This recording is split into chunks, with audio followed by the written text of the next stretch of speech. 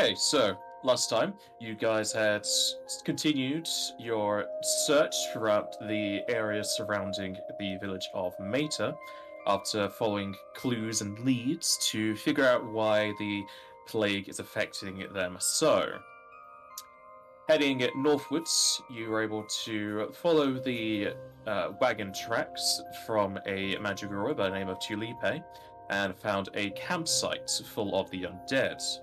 After dealing with said undead, you were able to find a diary entry from possibly one of them, detailing that they had been in the forest for about 3 weeks, or at least that's the timestamp on said entry. It noted that these people were also coming under some sort of strange effect from eating the meat of the forest, though they were here in search of what seemed to be some sort of hidden caches. And in the details of their notes, they did say that they had watery eyes and were losing the use of their vision, which may lead into why they had pulled out some sprouting mandragora and thought them to be normal vegetables that they put into their stew. From there, you also picked up a partial piece of a map showing a lake towards the southwest. Investigating the lake, as you knew that the fish were also affected by a similar plague, you found that it was a rather large lake that fed into the river going down into Meta. And here you found a green-scaled lamia. And upon speaking with such, she asked if she could have your name, and Clark gave it up willingly, to which she lost her name as he had given it to a fae. She transformed into her fairy form and demanded that the group take them to the laboratory, seemingly mistaking you lot for the perpetrators of this disease and plague spreading around the forests. You tried to simmer down the fairy, though you were also attacked by a mutated boar. Dealing with such showed that you weren't on its side, or at least you didn't have a good enough grasp of the creature to be its creator. The fairy gave back Clark's name and even healed you to boot in a sort of apology for thinking you were the masterminds behind this, and looking at Crom, who would ever think you would be the mastermind. You shared a bit of information with the fairy, and said you would correlate back with her if you found out anything further. From there, you headed off towards the east, and passing through Rush Forest, you decided you were going to head northwards and follow the second lot of wagon tracks, leading you to a ruined house. And even though it had been overgrown by the local flora, it wasn't an exactly old house, as the destruction from both the basement and the upstairs was between 5 and 2 days old. The wagon having also been destroyed on the back side of the house, as it was seemingly used to cover up the trapdoor leading into the basement.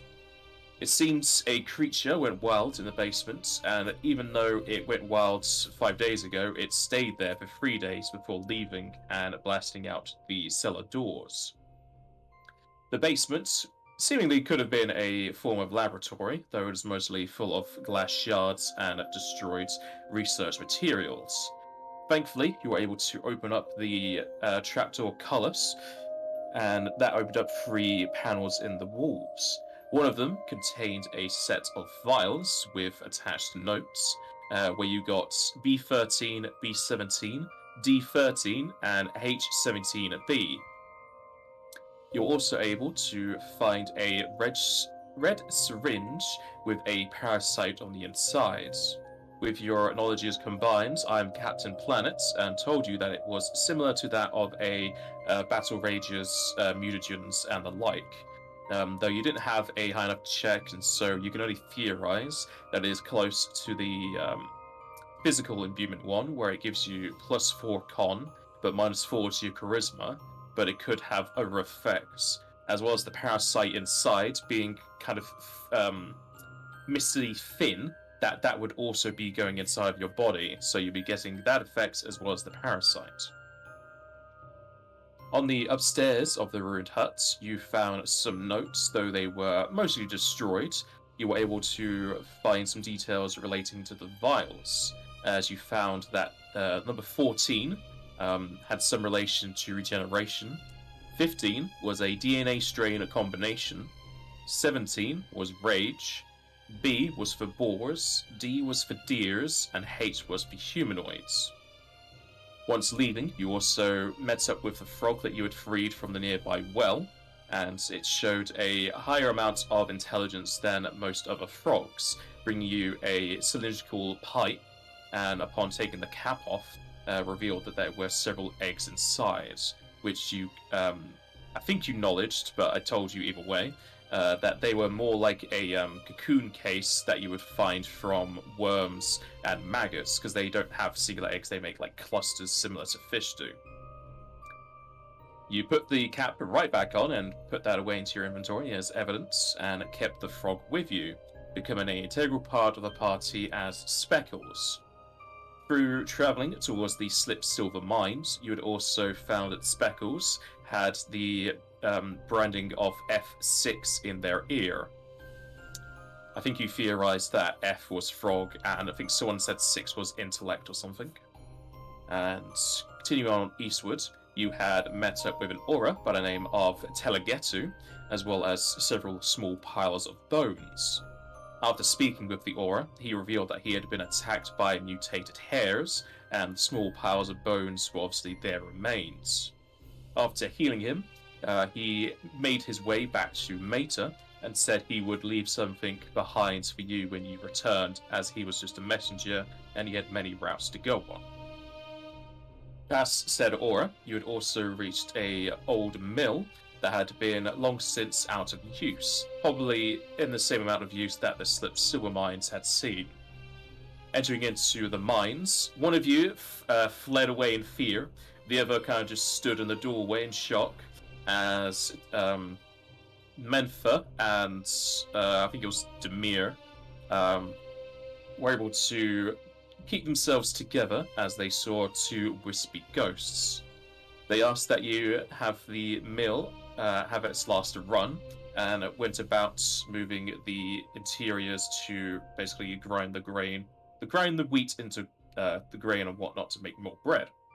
After which, the ghosts passed on, and you were given a gift in the form of a kind of a wooden panel in the floor, revealing some of their savings. And after all of these interruptions, you eventually got to the Slip Silver mines. The exterior being in a sort of circular canyon, as there are mountains in the front and hugging around to the left and the right. And you saw not exactly large, but a modest-sized watchtower, or just higher up podium, where there were several skeletal skull warriors. Upon noticing you, they drew their weapons and started firing at you from atop their higher position, and either through climbing ladders or the stairs, you were able to defeat said skull warriors. And with their defeat, we had reached level 2, and you guys decided you were going to take a short rest to move the bodies around, check over their gear, and prepare yourselves before entering into the mine. So before we do enter said mine, everyone should have fulfilled their level to 2. Though I will ask, are you also having a full rest of 8 hours to get your resources back, or are you just leveling up and going inside the cave?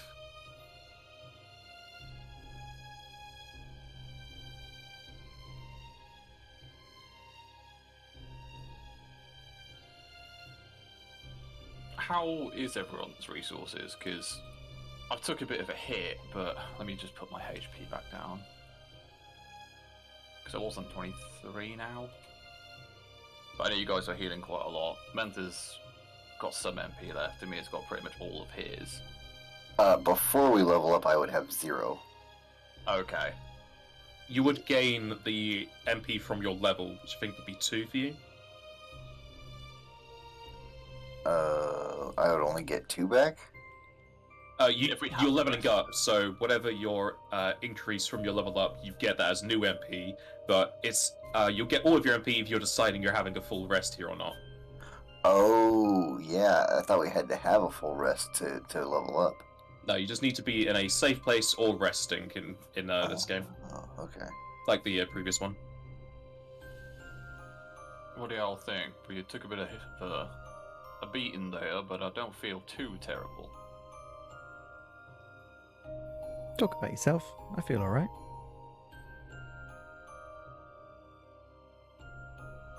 Well, we don't know what we're gonna be expecting on the inside, right? Might be wiser to take it slow. Depends how magical the little dwarf feels. Do you feel like you could use a rest, old man?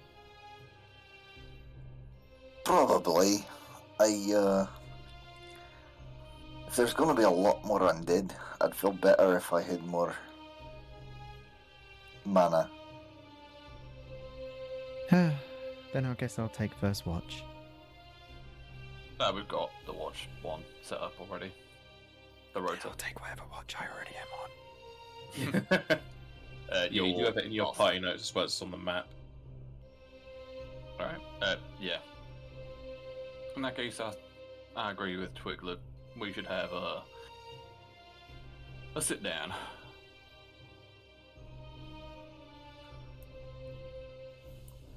Well, I don't want to be up here on this little ledge. Yeah, Yeah, maybe I we don't should camp outside a little further away. Yeah, we've got enough to do so. Let's go. So you're moving away from the slip silver mines to have your rest. Yeah, if we can find like maybe about 200 meters away, just like any kind of natural shelter that we can find, just to reduce the amount of time that, like the amount of places that we can approach us from, and bed down there. That is fine. Alright, so, Mentha, I need you to roll me a D100, please.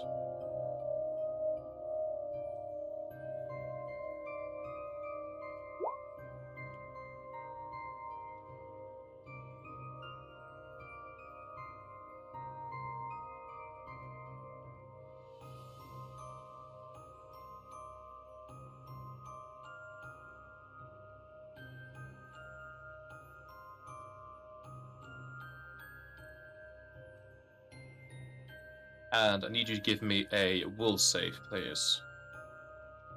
Well, Good stuff. that's a very promising start.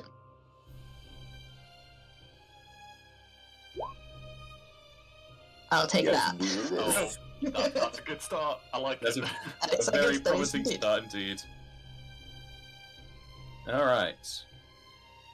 Let me get to notes on you. Okay, so, as Mentha goes into their sleep, or hibernation, or just laying down, you have a deep dream, and it's a very lucid dream. As you move around your body, you're sluggish and slowed, as done those normal like horror dreams where it's hard to move your body. It feels as if there is a cloak of black surrounding you, and as if claws are pulling back at you. However, this seems to be a normal occurrence, and you pay it no mind, though thinking back on it as you wake up is a strange thing to be fine about.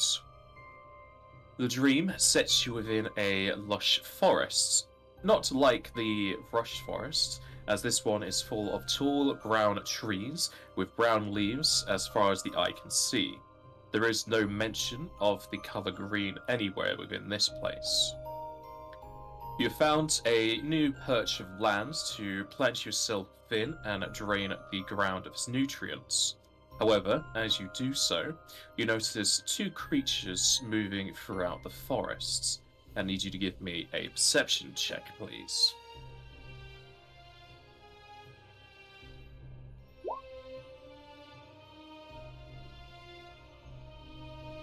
As the creatures move through the forest, you try your very well darndest to spot them to see if they are ally, enemy, or something in between. And instead, you feel as if you should have shut your eyes, as when you watch these creatures, they are quite large. Their bodies reach over 12 feet tall, and their elongated limbs end in extremely long claws, similar to that of an anteater or sloth. As you look upon them, they move around the trees, scratching on each of the barks as if they're trying to mark their trail. And I need you to roll me a stealth check, please.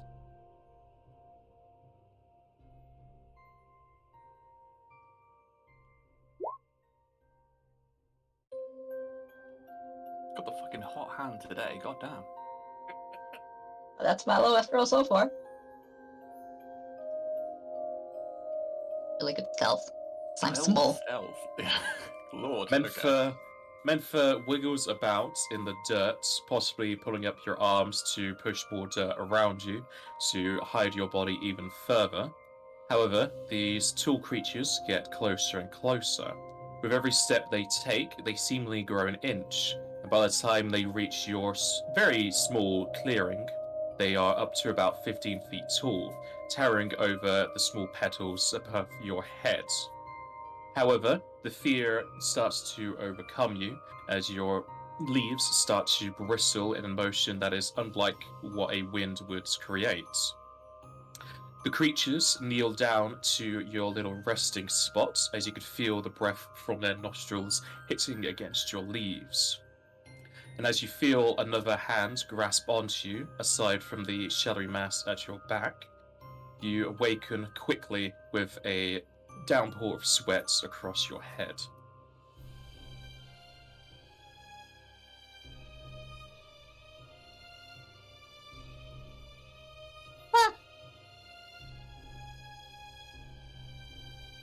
Are we all asleep at this point, or is it the person on watch who'd be able to hear this? This is going to be when Crom's on watch. Okay. Crom will sort of start.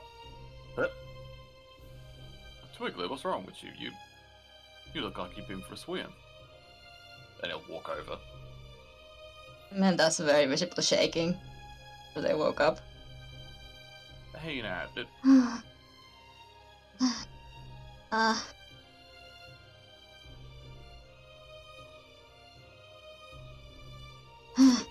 It was just a bad dream then. what do you mean a bad dream? You barely ever dream normally. I mean, I still sleep. That's true enough. Again, I can but still dream, but... Oh, that was weird. Never seen you shaking like this before, though. What was your dream about? It was like this huge forest, but it was all brown. And I was just kind of hunkering down to get nutrients, and then I saw these two huge creatures, like real big. Bigger than anything I've ever seen before. And they were just skulking and hulking through the forest, and I guess they spotted me, and they were gonna pick me up, but then I woke up. You recognize these things? I mean, from that description, would we be able to acknowledge them at all, or is it just like there were these kind of, because you were hiding, like, is it these formless entities really that were pretty scary? They are mostly. She would remember more of a silhouette than exactly what the creature is, because she went into hiding as soon as she saw tall things. Mm. Well, listen here, Twiglet, we got you ain't on your own at this time. I mean, look around you. We got Demir, he's very reliable. You know me, you can look after yourself. I mean, there's Clark, but let's not talk about that. My point is, you got people here. Don't let it shake you up too much. Yeah, I know. Yeah, it was just a weird feeling. Like, also something was like pulling me somewhere at the same time. Pulling you? It's weird to explain. Like, you know when you're in a dream and then at some point you realize you're in a dream and then you feel all sluggish and slow and you really move. Maybe we should have the dwarf look over you when he's up. It does Mentha look. I know she looks scared, but she look out of sorts. Apart from that, Aside from the normal look somebody would have after waking from a nightmare, they don't seem too much different. You would also know that phobia is like large creatures. yeah. So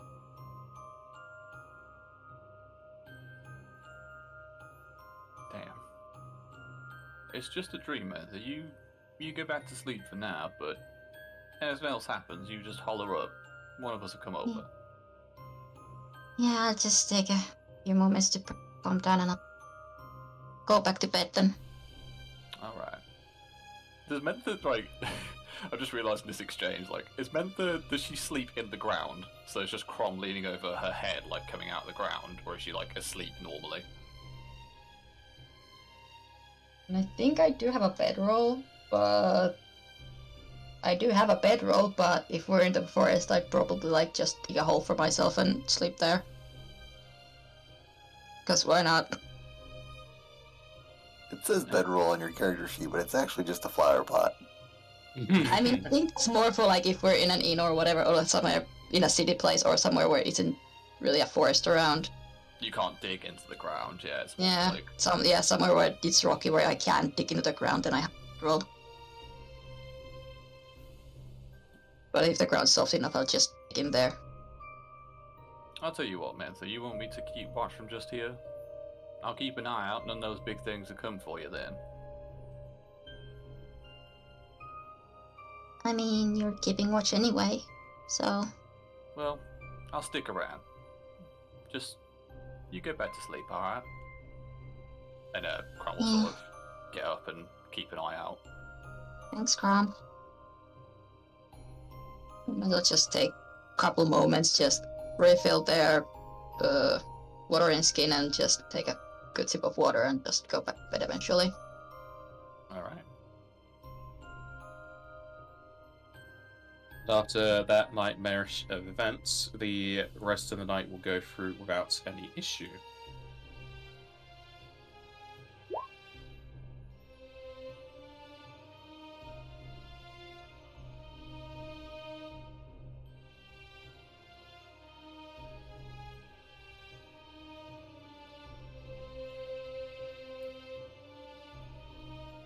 And when we wake up, I'll just check on Mentha and just check she hasn't, like... She actually got back to sleep, basically. Which I assume she did alright. Yeah, she eventually fell back to sleep. Alright. Let's go and check out this man, then. I do have a question for Clark. Where is Speckles? Are they on your shoulder in your backpack, or are they sticking with the wagon?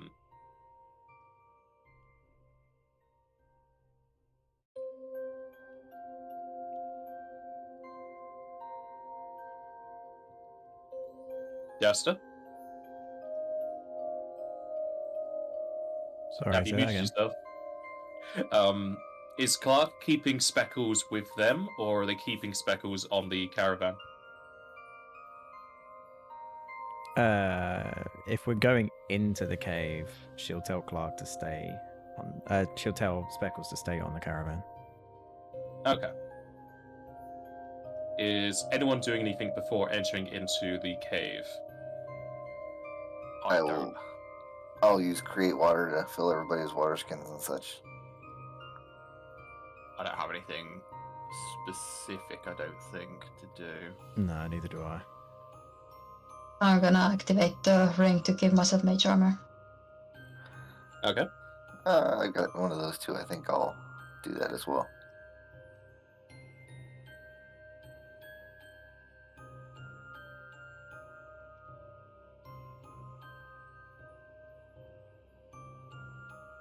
All right.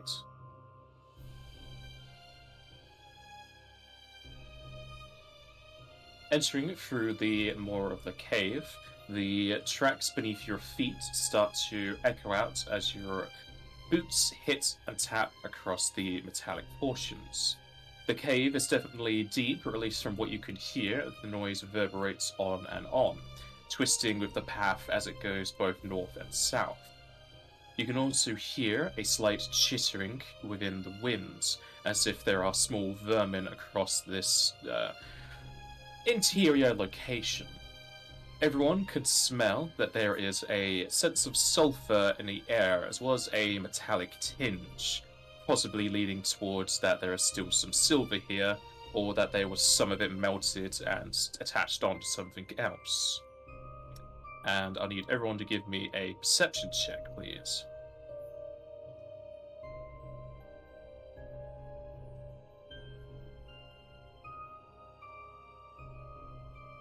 As you look down this dark hallway, both Mentha and Clark, as you look around at the walls, you can see that there are the normal shadows are kind of like waving back and forth and kind of engorging and shrinking, almost as if the shadows are alive.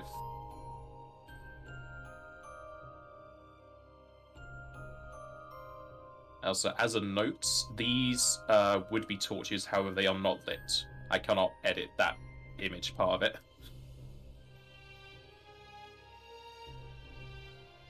Do we have anything to light it? I don't. I got a flint steel and a lantern myself. Maybe worth doing, especially with these shadows around. Took a question. Can I smell gas?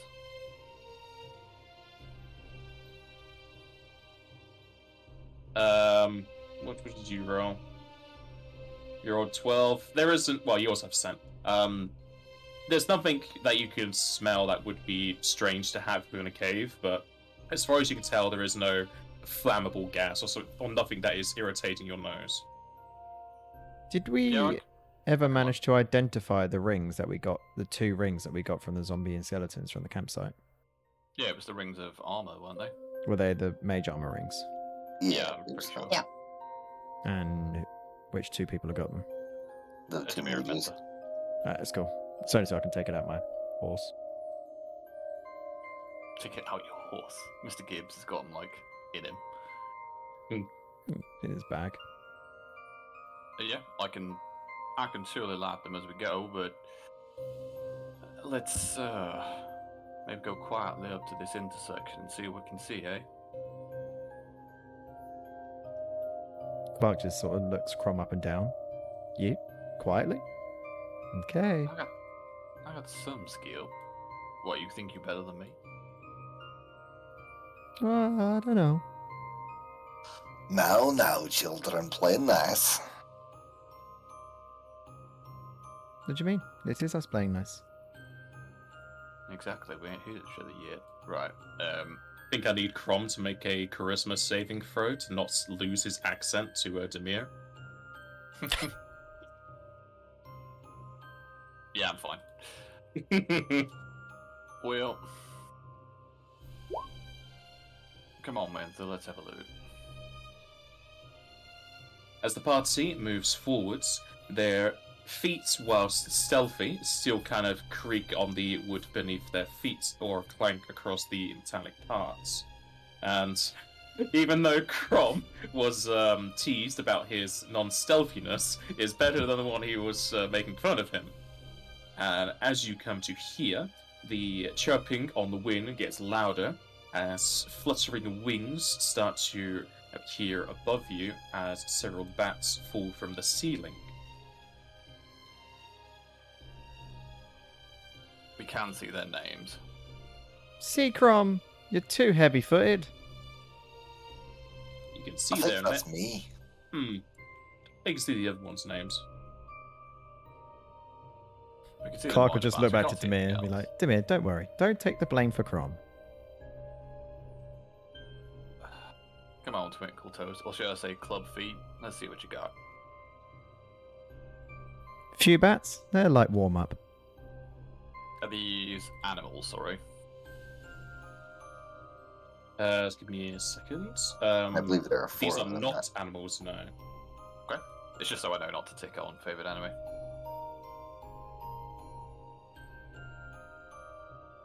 Are they? Well, what kind of knowledge can we do on these? For the ones closest to you, it is Knowledge Arcana. Yeah, good luck with that. Nope. My days of being knowledge man are gone. For now.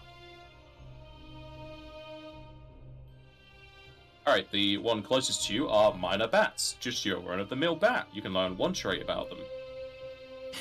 I guess we'll learn their special ability Guys, it's rather a than their bat. weakest save. Guys, it's bad. Guys, I think it's a bat. What if somebody played that The- game that didn't even know what a bat was? They'll be like, what's your run-of-the-mill bat? It's possible. I mean, he only got 12. It was very possible he didn't know this was a bat. Oh, what about the other Um, ones? Are we... It's a bird. Which one are we getting? Are we getting weakest save or special ability? Special ability, I think. Yeah. Okay.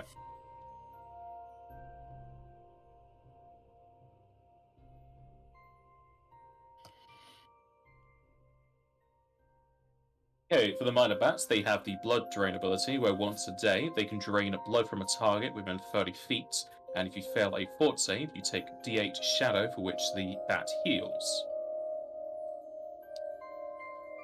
And the one further away is also Arcana.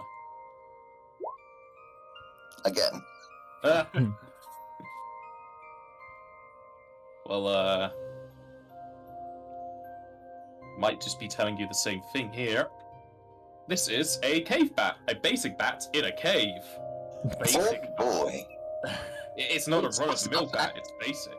You didn't have to You do could him ju- like that. You can just Basic. see in one of its wings is just a frappuccino. I was gonna say, is it not live, laugh, love, like on the inside? Well, when you I cut it smell open, you can see pumpkin that. spice.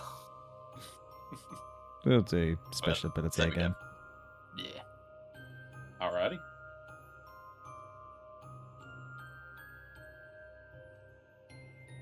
And similar to its brother, it has blood drain, which is the same amount of damage, but most likely has a different amount of saving throw. As for logistics, these are just they're 5 feet above. The ceilings here are only 10 foot high, so they're basically adjacent to you, above you.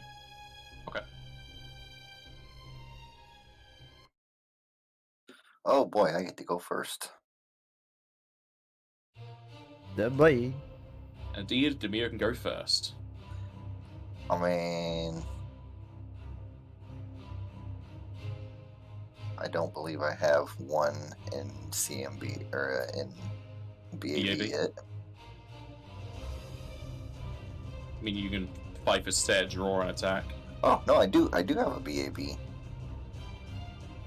So I mean, either way, it's still gonna just be one attack. I'm gonna draw my axe and I'm gonna smack at this guy. Alrighty. Get a lot of those low rolls today, ain't you? Let's get him out now. I mean, I had one high roll and a couple of low rolls. You swipe at the minor bat, but the smell of pumpkin from its friends is just ruining your senses. The pumpkin spice latte. Now we're starting to begin to know these things. Has he got tiny bat Ugg boots on? Alright, the one that just got swiped at does not appreciate Demir's cavalier attitude. Do I need to change this? I don't think so. Okay, I do need to change that. I don't know why it's showing that, but you see how much damage I dealt. Roll fortitude save, please.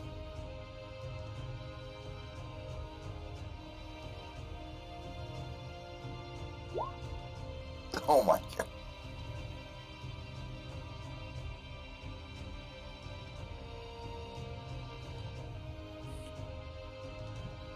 So we also know that has a 6th of a creature rating. Just ignore that.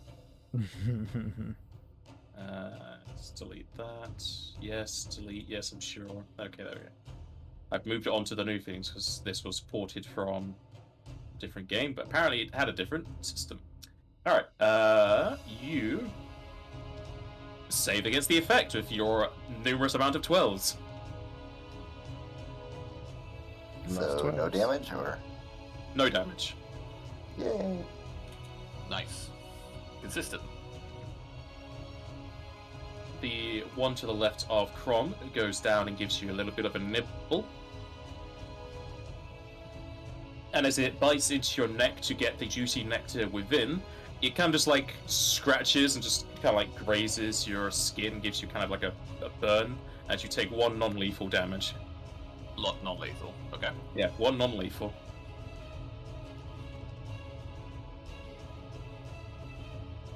This friend goes to do the same, and also scrapes its teeth across your very furry neck for 1 non-lethal. God damn. What are they doing? Giving you a tickle? They give him some love bites. Ah, you're a bat wooer. Bat-wooer. Krom will draw his axe and attempt to go. I'm going to assume you already have your axe out if you're going into a deadly cave. Yeah, I was going to say I'd have a lantern out, but it's a two-handed weapon, so that's not going to happen. Okay. Axe. Bite. That second attack isn't there. Ignore that. What are you attacking? Which one? The one in front of me first. To the left or to the south? So directly in front of me first. So this one. Okay.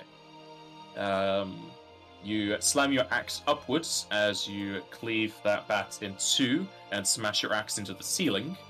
And then you give a good old bite to... This one. And you bite his body. I don't know if you're going to like tussle it around like a dog and then throw it to the floor, as that also goes down. Okay.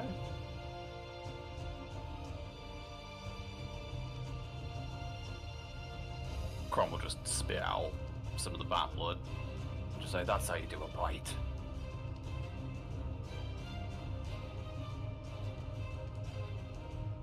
And the pumpkin spiced bats at the back don't appreciate what you're doing, as this one is going to move up to here. Is this in... I don't know why it doesn't have a thing in there. Okay.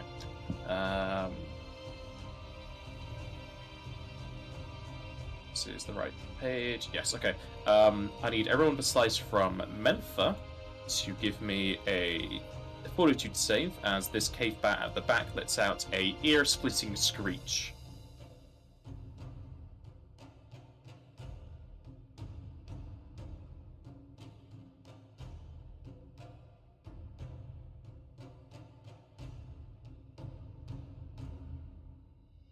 Fuck. Oh, I didn't realise it was on me. What did you want? It's fortitude. Fortitude, please. Alright. And even though Demir's ears may be ringing, you all save against the effect. Nice. And then it goes to Clark. Clark will bring up her sword and slice downward. It's above you, but I guess you could Then above me. scrape against the ceiling. And slashing out at that bat, you also cleave off its wing, as it was bringing a lovely latte to its friend, but it goes and spills all over the floor.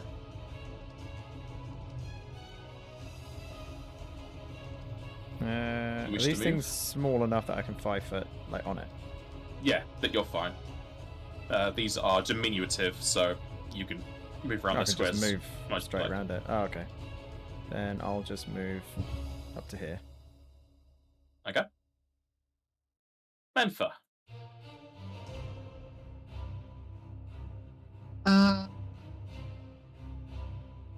What would you classify this terrain as? Is it packed or loose dirt? Is it worked stone? there is work stone outdoors or work stone indoors. What constitutes worked stone? Um, I gotta look see geomancer. Is it it's just from geomancy? geomancy related.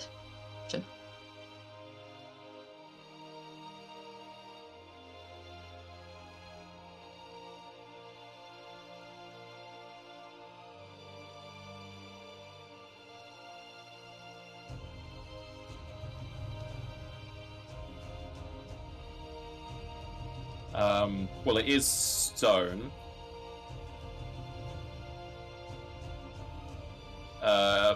Probably unworked stone because it's being mined at. It's not smoothed out or anything. Alright. I can work with that. So I'm gonna try and geomancy this guy at the back. And it should also hit this guy.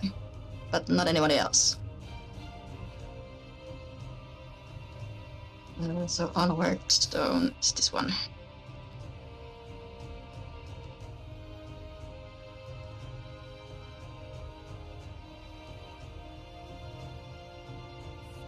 Oh.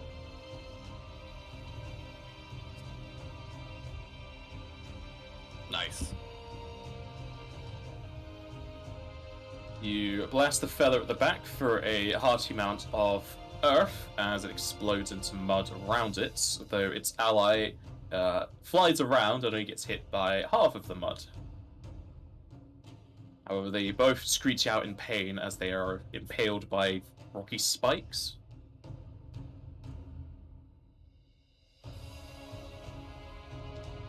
Is that it? Yep, that's me. Alrighty. But this one at the back really does not like what's just happened to him. So he is going to ask that Menford donate their blood. And I don't think I have blood. Sap. I have sap. You have something that they want, I guess. These are fruit. I mean, if they're... bats. Yeah, I was gonna say if they're fruit bats, then yeah, that's fair. Yeah. Guess I'm more of a vegetable bug. I need Menford to give me a fortitude save, please.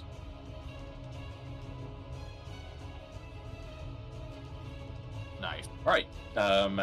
You feel your sap rolling around, but it's not blood, so it doesn't come out, so you're fine.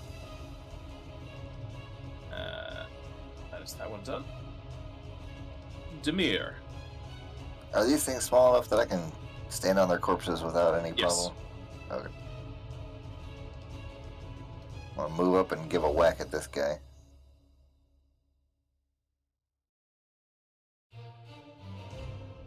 Jiminy Christmas. I cannot roll anything today. You try to give a hearty whack to the pumpkin pinata, but you miss. Crom.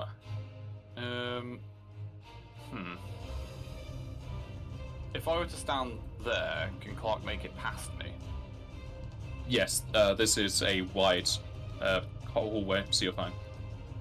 The bat is in the air anyway. The bat's above you. Okay. Crom will move down. He will provoke, I'm pretty sure, because we're going to do Clark Square on the bat. I don't have a choice, I've got to go to here. It'll sort of push past Clark, not shoving her, but just say, you get the one on the bait, and I'll attempt to hit. Do I get a yeah, he is going to try. Tries to bite out of you, however, you're too slick. Alright. I'm hitting with finesse.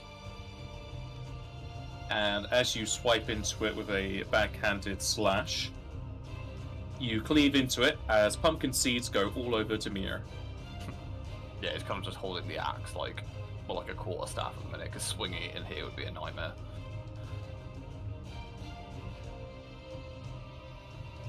Fuck. I will move around and attack.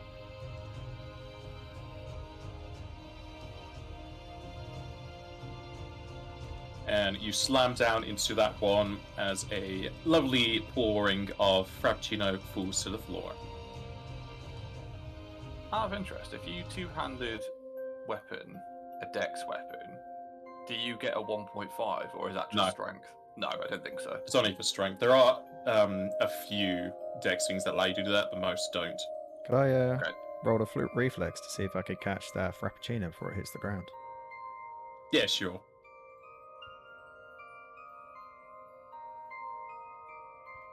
Hoping for a 1 so badly then. You kind of put out your head as if you're a cat trying to get a dripping tap, and you get a good few licks into the frappuccino before it hits the floor. Refreshing. That's probably got guano in it, you know. Hey, when you're hunting in these woods, you need everything you can get. Take advantage of your surroundings. Clark, you and I know damn well you ain't a hunter. You an adventurer. What the? Well, my dad would tell you differently. Hold up. Wait a minute. Hold up. Wait a minute. Eyes up. No side. I can't see anything. It's all dark. You got that lantern? Yeah, I can. Because you one-hand your weapon, don't you, Clark? Yeah, I could hold it. Yeah, I can give you the lantern and light it. Is there anything else in your hand, Clark? No, just nothing on my other hand yet. Until I Okay. dual wield. Can I make out that ghostly looking thing up there? What is that? No ghost looking thing. I can't see anything. Yeah, you'd have a dim sight over there. I don't want dark vision, but I literally can't get rid of it, unfortunately. I mean, you could have had 120 feet dark vision. Yeah, but that's too much. Yeah. All right, as you turn around the corner, those with dark vision can see a thing that the others can't. As you see, get a description for this one. A tiny, pale creature with a blue robe covering its body. In its hands is a very small lantern with a flickering blue light within it. It's just sitting there. Can I get I was a going to say knowledge something roll on then, it? but What's the lantern that you have from? it's a hooded lantern, so I'm just getting the stats for it now. So it's 30-foot radius.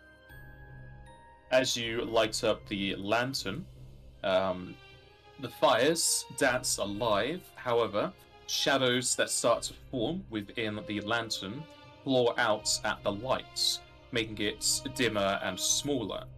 And whilst it does continue to burn, it is much shorter than normal. How far can you guys see? Because I don't know. I can see way back there. I know you can, but I mean the people without dark vision.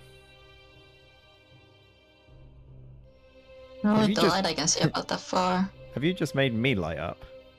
Yes, I just made you light up, Clark. Okay, that makes more sense. Oh, so you can see it now. I can see it now, yeah. It's a very tiny but cute looking ghost. Yeah, I wouldn't be able to make the connection that I just thought in my head with 6 intelligence. So, Clark wants to go and say hi. it don't seem hostile, but keep your wits about you. Hello there? The small creature tilts its head up to you with its big blue eyes. It just stares at you. Twiglet, I'll take the bag. You head up, in case this is an ambush. Clark sort of just like puts her hands up and put it in like a common voice. We mean no harm. What's your name? I'm Clark. Ah. Your name's Ah? Oh.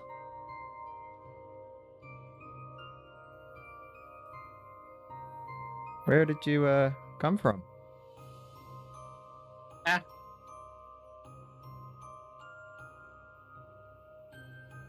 Are you okay? And Clark like puts like a thumbs up or thumbs down. The small creature just stares at you. It then places its lantern on the crate it's sitting on and pulls out a very small dinner bell and just dings it a few times. Is it dinner time?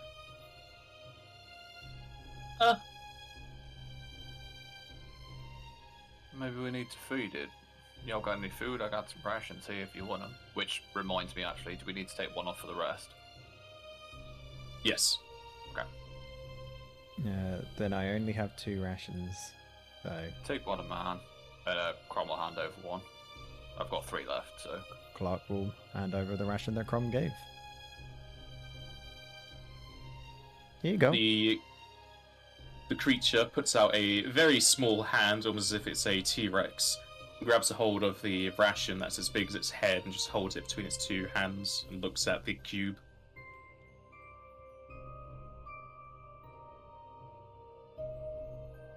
Do we know what this creature is? If you want to identify the creature, you can roll a knowledge planes. Ooh, I don't got that one. I have that one. It's not a great roll.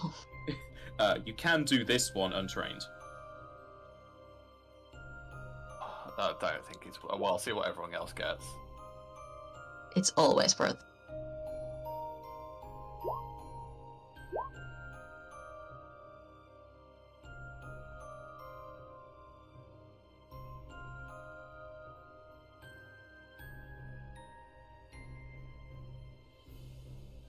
Alright, everyone aside from Clark can identify this creature.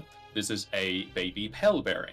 It is a small pale little guy that wears dark blue colours with hoods and carries a newly fashioned lantern and a small butcher knife. You can learn 3 traits about it. Aside from that description, you know that these creatures are normally chosen familiars of spellcasters. As a player, I want to back up now, but as a character, Clark hasn't got a clue. Maybe this is one of the, some kind of spellcaster. I mean, everything we've seen so far would indicate some kind of magic causing this plague. Correct if I'm wrong, ladies and gentlemen, but that's what I'm thinking. I just think you'd be right. Look back to the baby paleberry and just say, As you look back at the baby paleberry, as you were looking at your party and no one had their eyes on it, the ration is no longer in its hand and there's just crumbs on its face. clearly was hungry. Have you got any other friends here? He then points his little nubby hand to the open crate beside him. What, in the crate? E. Full. Clark has a look at the crate. As you look into the opened crate, the light from your lantern glistens against several glass vials.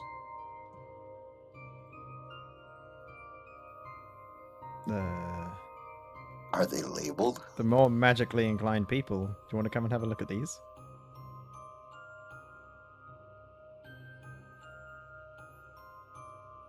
What you got here, lass? I don't know. He pointed to it when I asked has he got any more friends, and this is what I was shown. E. I'll use detect magic on it. All right, Yeah, I'll do the same. The vials are indeed magical.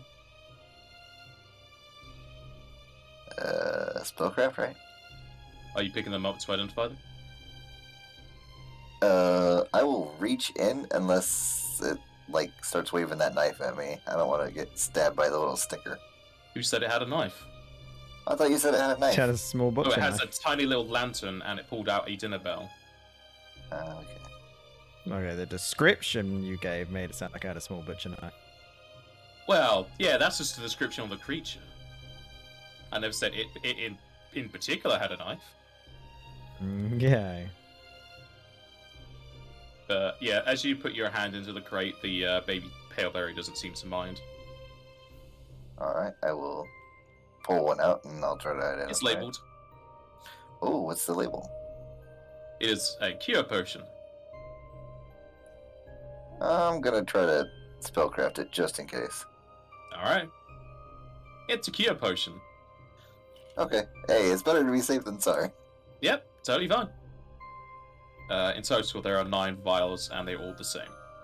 Wow. Thank you, little one. Ah! Are you still hungry? It shakes its head. It shakes its head as some of the crumbs fall off its face. Would you like to tag along with us for a little bit?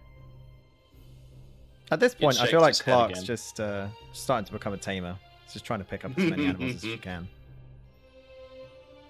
Well, if you ever change your mind, I'm sure we'll pass through this way again.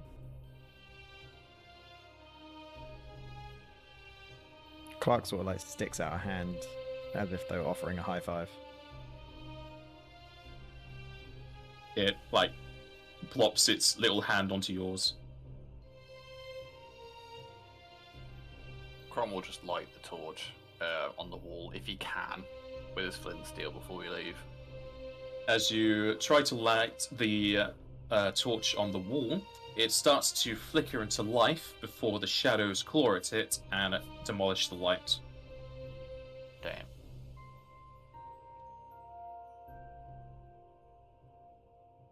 Well, you take care, little one.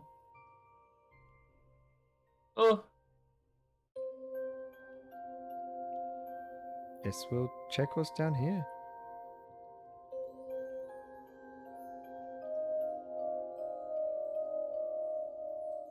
I'll head up. Well, actually, is this more like single file? nope, Does the it's walls- double wide. Oh, is it? Okay. How many is meant to take in? Whatever's left, I have 1 already. So I will there's- take 3 and you take 2 because I have none right now. Yeah, I'm fine with that.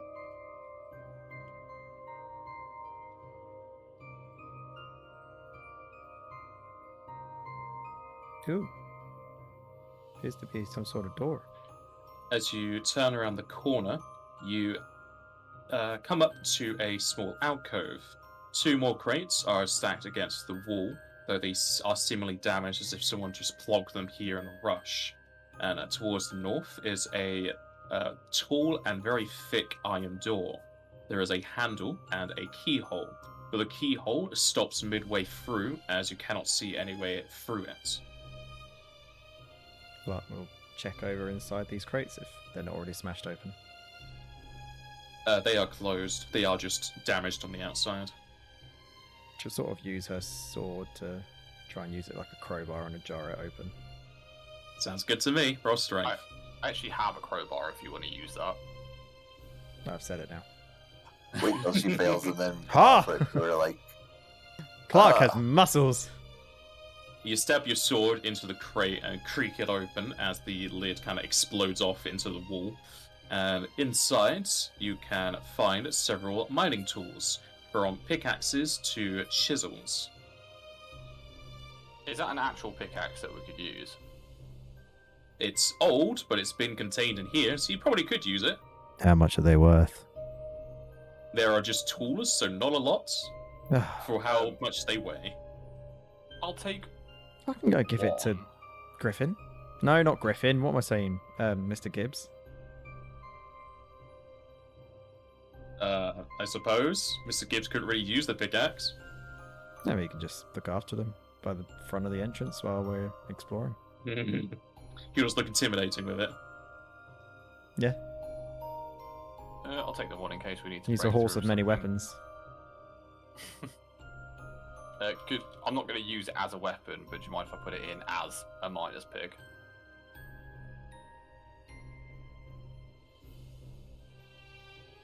Never know, your axe might break and you might have to use it as a weapon.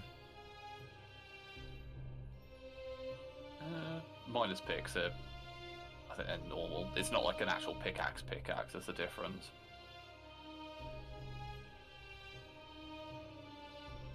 Was Noah here? Yeah, you can put it in as such. It It's, seems to be some sort of key. Is it locked? Can we check it to see if it's got any kind of? Because this looks almost out of place. Like, is it smooth steel? It is smooth steel. The walls surrounding it have been smoothed out for it to be placed in here properly. Can we check it to see if there's any kind of security system on it? You Like can look over with traps, perception. basically. Yeah. Yeah.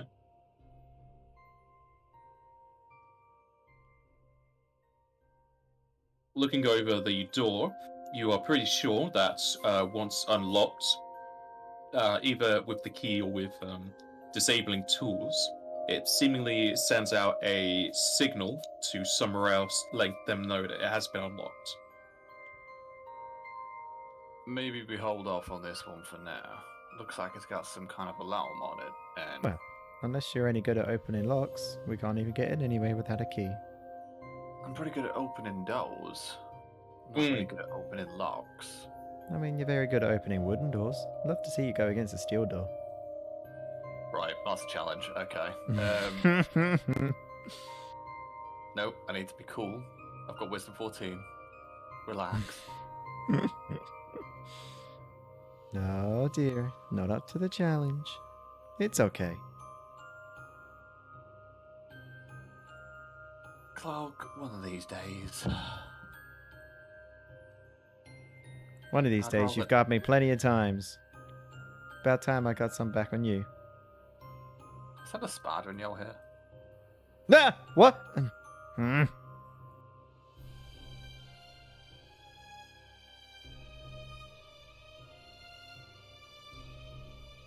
Is the paleberry still there? Yep, just sitting there. Clock a wave as she goes by. The pale berry stares at you. Demaya, Mentha. I got a feeling that little one belongs to someone. Does that sound about right? Oh, I hope not, because I want to have one. It's cute. But, I mean, I've seen some city folk mages who got creatures to follow them around. Maybe he's acting like eyes and ears. You're telling me I can buy one? I need to go to the city more often. It's for magical folk, Clock. The only magic you got is your ability to understand, which is limited at best. It's kept me alive As all these you- years. As you go up to this part of the mine, Clark, you feel the lantern in your hand starting to shake a bit as the shadowy claws are trying harder to dim out the light within it. Crom, there seems to be, as she's tapping on the lantern, something wrong with your lantern. Nothing wrong with the lantern. I think it's those hands, if you look at it. Well, nothing Something's I've ever going seen on. before.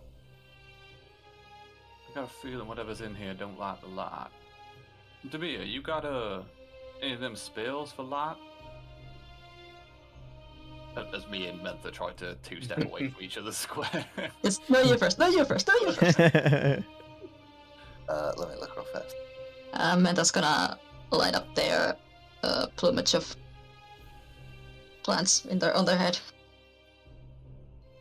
As much as As your head begins to shine lights into this dark area, you then start to feel your head being pushed to the left and to the right as claws start clawing at your leaves. It doesn't hurt, but the light producing from your leaves is diminished somewhat. Nay, I don't have any light spells that aren't for damaging undead or anything like that. It's alright, Demir. I'm just thinking, whatever is in here seems to be taking steps to not have light around. That may be to our advantage.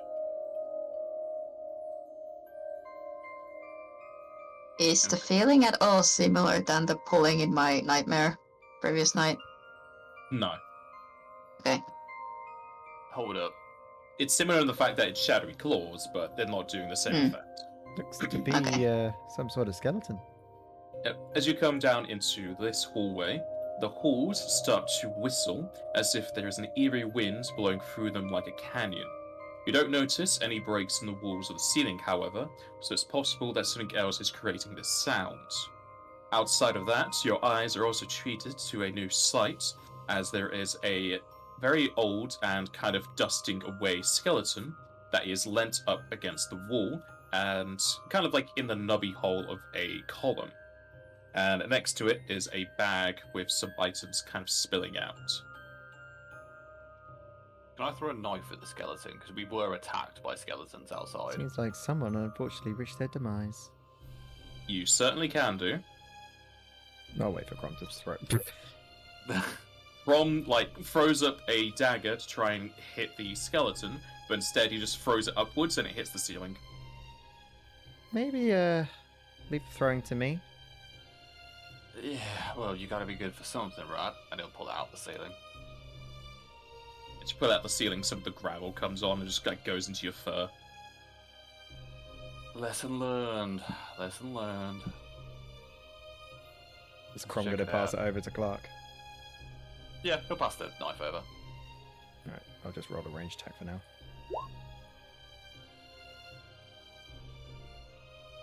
Crom throws the dagger, and it That's hits not Crom. It's not Crom, sorry. Clark throws the dagger, and it hits the skeleton's skull with the handle and just pings off. And you kind of, dent the skull in, showing that it is rather old and very easy to crumple away. As the neck kind of snaps and the head just kind of rolls into the corner of the wall and the column. Doesn't look Alright. to be an alive skeleton, if you can call them alive.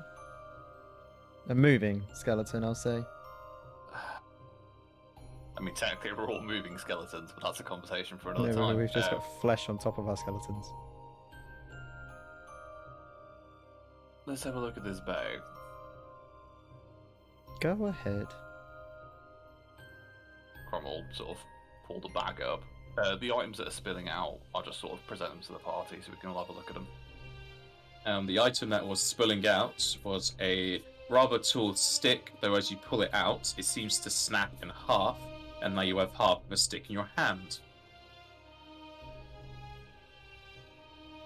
Crom, you're so heavy-handed. Detect magic? It's magical. At least the part that Crom has in his hand is magical now. Can I see that, Crom? Which you can. And he'll hand it down to me, because I assume there's a fair height difference. Oh, just a wee bit. Commander also pick over and take a look. Tiny squad. Magical people.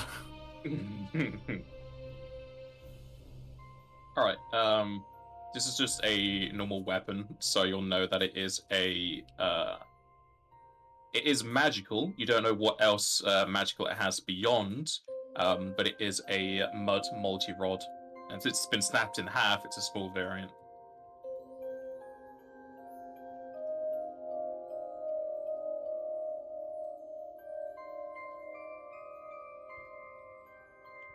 Outside of that, you don't know anything else that what it has. I think that'd be for ye, Minta.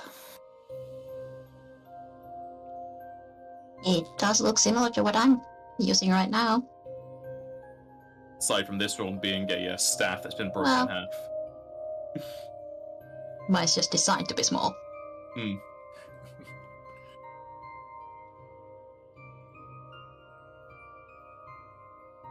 Good thing. Keep an eye out and keep going. Something's around this corner, I can feel it. As you come around Yeah, I already the spotted corner, it. yeah. As you come around the corner, Menfa, who's further away, Crom and Gibbs can all hear the He can hear it heavy from outside. yeah. If he was with you, he'd have heard it. Can hear a hearty breath from two monstrous creatures as you hear it for the other party members turning the corner. And as you do so, these creatures turn to you as they smash together their chitin fists. There'll be a surprise round where Menfa and Crom and Gibbs sneezing in the background can act. Demir didn't hear this? Demir rolled really low. Oh, okay.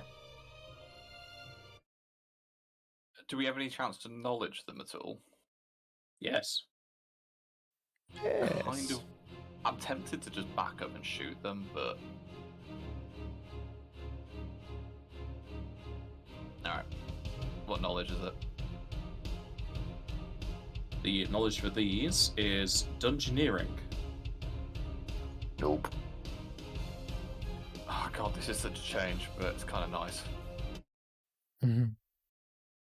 What? I'm not having all the knowledge. Zero knowledge, yeah. How did the music just stop? It's not working for me for some reason, so I was trying something else. I've heard both of them. I've I heard only neither of heard- them. No, I heard the first one. Second So one's does not anyone I'm playing. gonna. Actually, I'll refresh. In the meantime, does anyone have Dungeoneer, or is that like a moot point? Not me. Okay. Nope. In that case, we can't do You- it. If we've got a surprise G's compendium round- is very small. Easy to keep track of. Yeah. she knew. One thing from each creature. It was. Is that why you volunteered? You're like, everyone's stupid. There's no knowledge rules. Yeah, I'll do it. Yeah, that's fine. I'll do the compendium. What? No. Right, everyone play Black Mages next turn. Actually, I don't know who's the best knowledge people, honestly. Blue mages. Probably Blue Mages, yeah. Or Rogues. Black mages. Yeah, I Rogues? thought it was Black Really? Mages. Well, because of the sheer amount of intelligence, like it's the sheer amount of points that you get. Like you could build a Yeah. rogue to be very, very knowledgeable if you want to. True. Just pick an archetype of thief that has intelligence as a ability stat.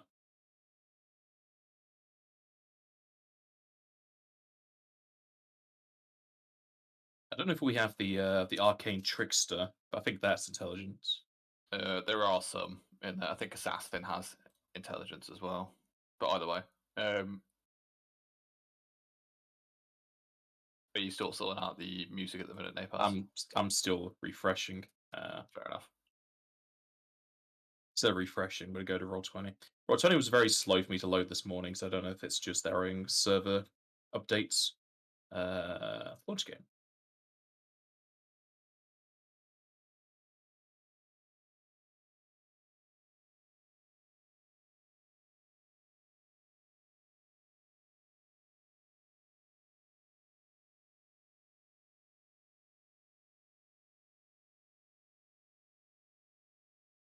Okay, there we go. That's music fixed for me. I need to open up their sheets again.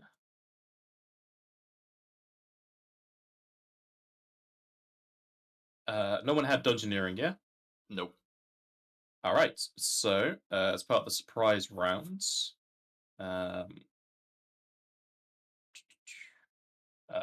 Rom, you can have one action.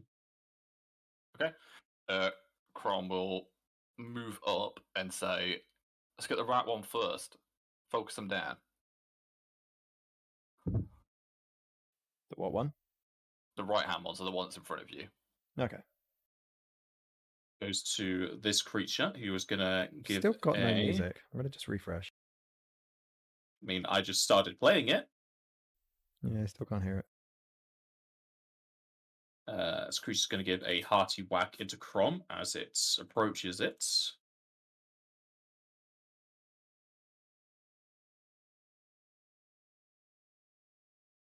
Okay, Crom, as you move up and tell the party to deal with the right one, the left one decks you in the face for 6 damage.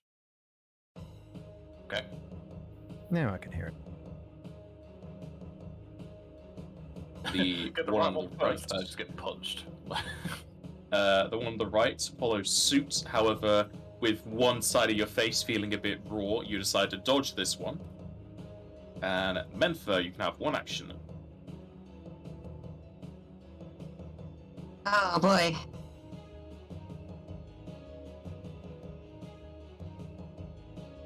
Don't really have much I can do, so I'm just gonna move up so I can actually see something.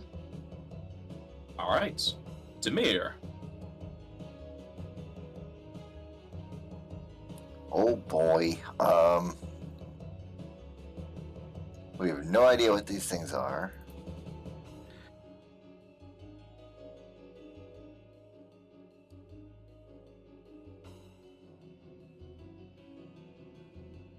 Yeah, I'm just gonna run up and try to whack one. Wait, what? What? Clark the melee. We need her in there. Oh. Yeah. Yeah. Alright, never mind. I'll move up to there. And I will cast Wind Armor on Crom. Oh, thank you. Like, normally it'd be fine. It's just a case of... I don't think Clark has any range capability whatsoever. Nope. I mean, she threw a dagger. My That wasn't dagger, mine. like... I don't think anybody picked it back up again either. I did. I pulled It's it the out. skeletons now. Alright. Crom. Okay, I'm assuming these aren't animals. I'm just looking at them. They are not, no. So, I will just attempt to axe bite the one on the right. You lay down the axe, but you're unable to bite through its chitinous armor, and you feel as if your axe didn't deal as much damage as normal. Okay. Tough bastards. But that's it for me. The one on the left wants to deck you again, however the first misses, and the other, he punches into the wall to the left. Thanks to me. You're welcome. Lark. Yeah, Clark will move on up and attack. The right hand one.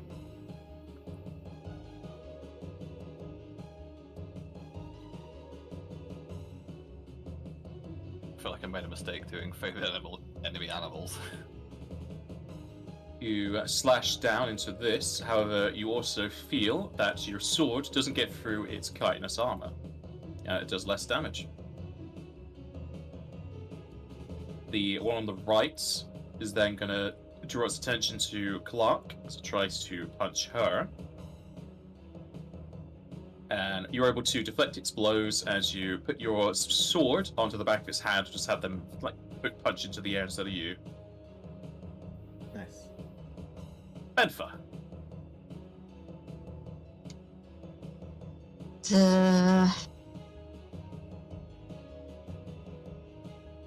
I'm just gonna try to take a shot with my staff. New and improved stuff. No, my original staff.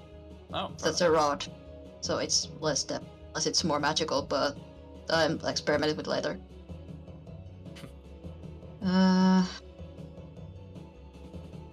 They both have pretty heavy cover, but the same cover basically, so it doesn't matter. So I'm gonna take the shot that's in from.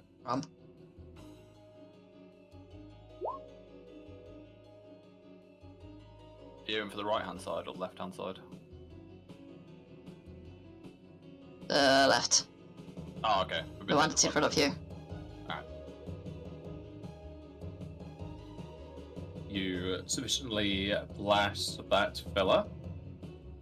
However, you can tell that yours isn't doing as much damage as it should do.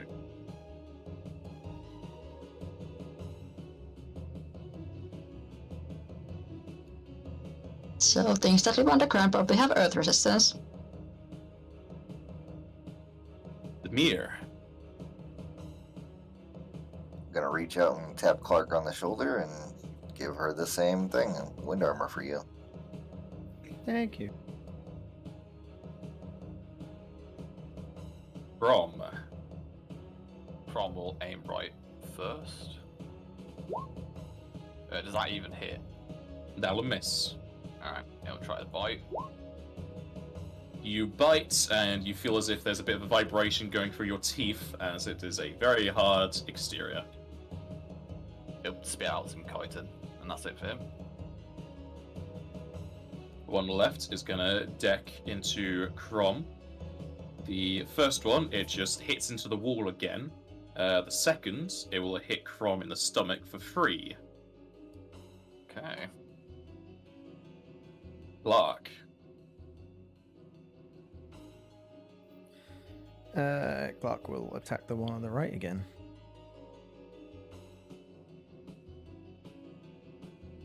Nice. Another hearty blow. Get a lot of 20s on your longsword attack. Yeah, I know. Don't say anything, because that's where it'll no longer hit. No. The one on the right continues to try and bash into Clark, but she keeps deflecting them all. Benfa. Take another shot at the same guy that I shot before.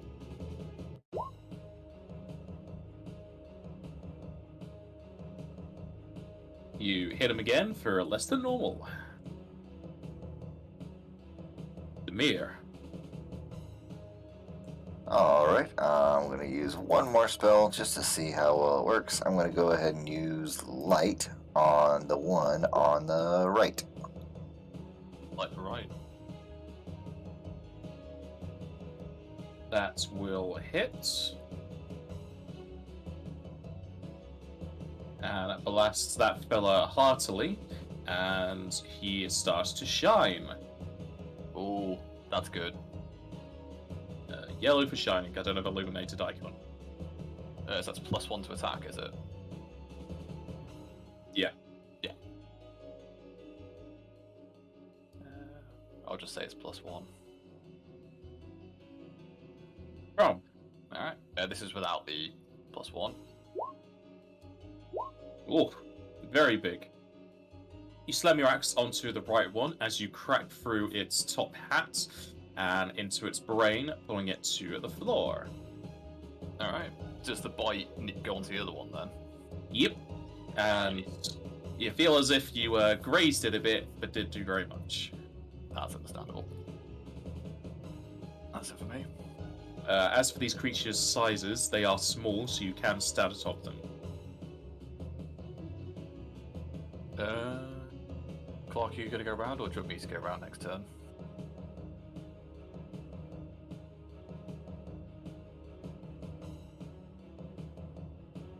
The one on the left really doesn't like what Kron just did to its friend, and punches out with you at you. The first one misses, and the second one would have crit confirmed you if not for the wind armor. Ooh, thank you, Demir. Krom, you take another 3 damage. 3. I can vote. Can you limit break with non-lethal as well as lethal? No, it has to be your actual It has health. to be your actual health. Okay, cool. Clark. Clark will attack the one on the left now. See, that's why you don't say anything. You try and slash into the armored creature, but instead you just clang off of the ceiling. Menfa. 5 foot step closer and take a shot at the guy. Or not. That one will miss as you just put some mud onto the floor. Demir. Well, I was hoping Clark would step up so I could get in there, but yeah, I'm just Alright, gonna sit good, here and it's wait. like-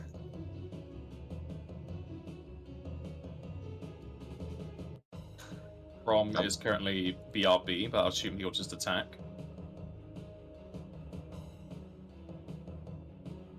Nope, not the dagger.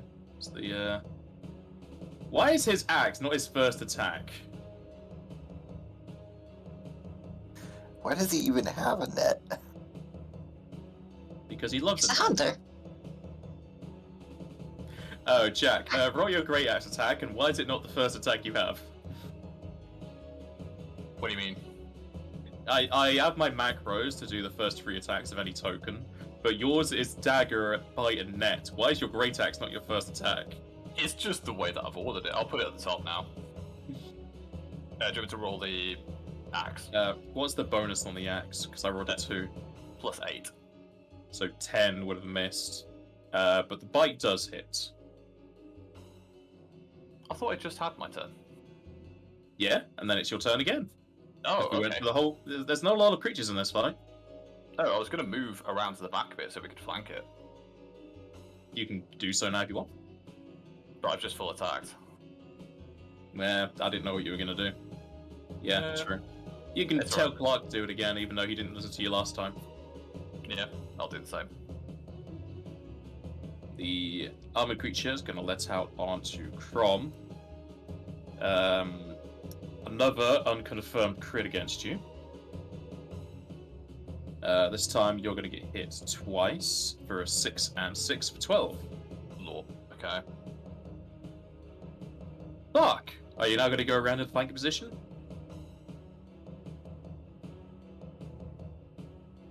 Yes, Clark will 5 foot up to All that. allow Demir to get in. I don't know, I think Demir's going to be wanting to heal Crom now. Yeah, No, I've got something for next time. I mean, do I want to get into flanking position? I don't know now. It would help. Yeah, I'll do it. It means I'll probably take an attack though. Indeed. And this creature will punch you as you go by for 4. And then Clark will slash into its side or back or whichever way it's facing. It'll be its back at this point. +2 though, isn't it? There's a +2 Or in is that that with it? already. And that is a mighty slash indeed, as you claw into its back, but it's still up. Medfa. 5 foot up and take another mud shot.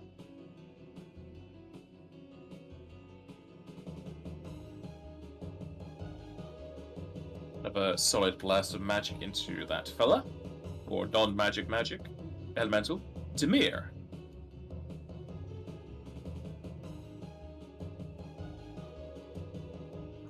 Are you alright, Crum? Crom looks like he's about to go absolutely ape shit, so... Yeah. He looks fine, or he looks like he happy, looks or hurt, what? but he looks like he's about to pop off. So He's do gonna as you risk will. it all. Alright.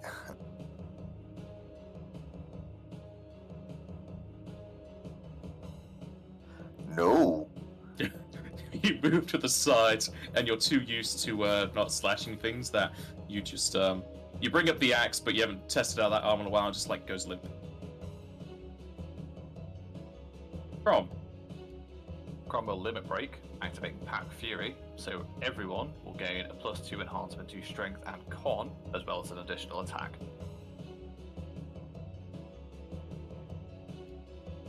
And he will attack the creature. You slash out in a cross formation as you open up its juicy insides for its hard shell, and you let out a final bite as you chew on the gooey insides, bringing it to the floor. And it'll sort of rest on his axe. Healing would be some healing would be appreciated if you got some.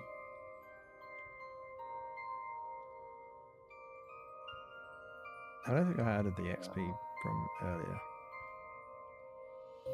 How much was it earlier? 250. 250.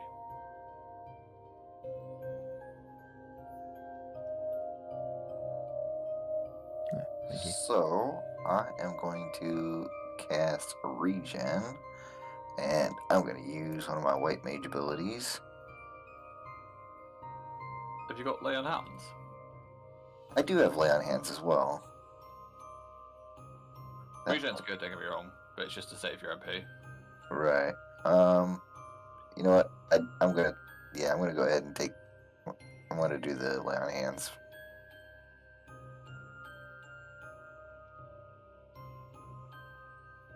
And I, for some reason, accidentally closed my character sheet, so give me 2 seconds.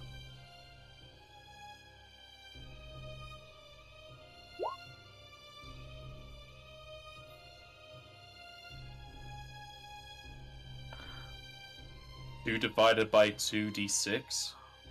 Yeah, it's it's every other level. So right now it's 1d6. Okay. I think that rolled. Yeah, it did, because the other one carried it properly. It's just showing the calculation, it's not showing the outcome. But yeah, that should have worked. Yeah.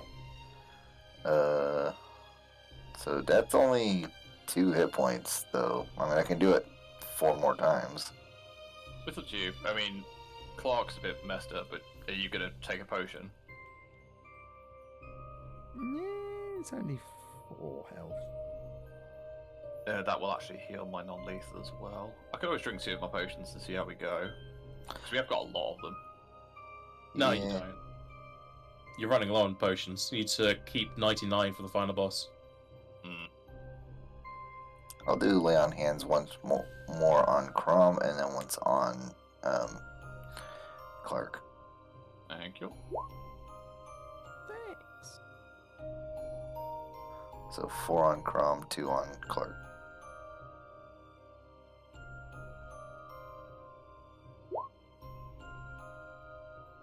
Cool. Not having very good healing rolls today. Nah, but So 15 total. yeah, 15 is alright for now. I would rather use an MP to get you another couple more hit points. So I'm going to go ahead and cast Regen on you now, and I'm going to, again, or what I was going to do originally, and use that ability where you get extra healing.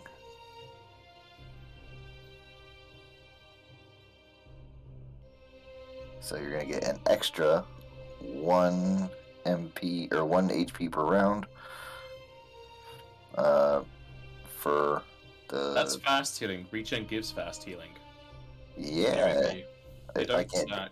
All it is as a free action, it adds an element of extra healing energy to any healing spell she is casting. Any healing spell.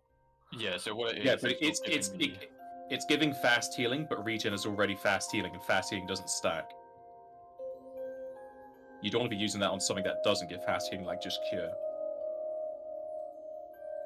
I thought that would work. Okay, well, I guess I won't do that then. I'll just give you the 10 HP from. To be fair, the regen's perfect. That puts me up to Yeah. 2 from max. Thank you. Thank you. Looks like another one of these doors. Guarded this time.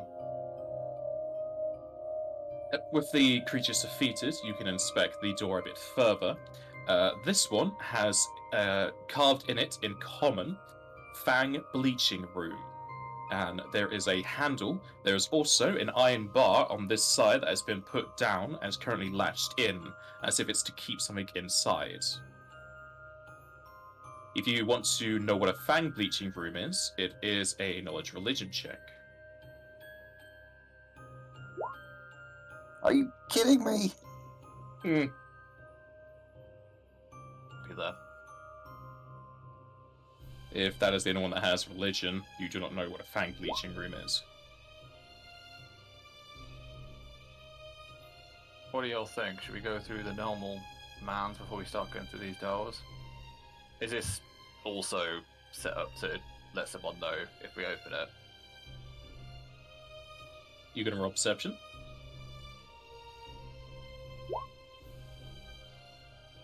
As far as you can tell, there is no alarm system on this one.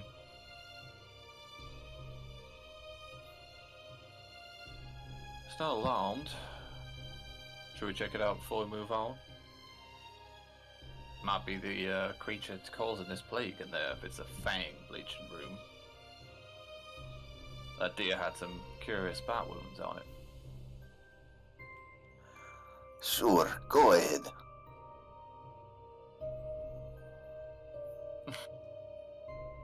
And we're two-stepping.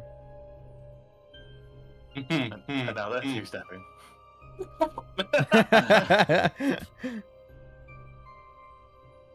I'll look at Clark. Probably look at Clark, but with a more serious kind of expression on than normal. And sort of hold his other hand up, like 3, 2, 1, and then he'll pull the bar off.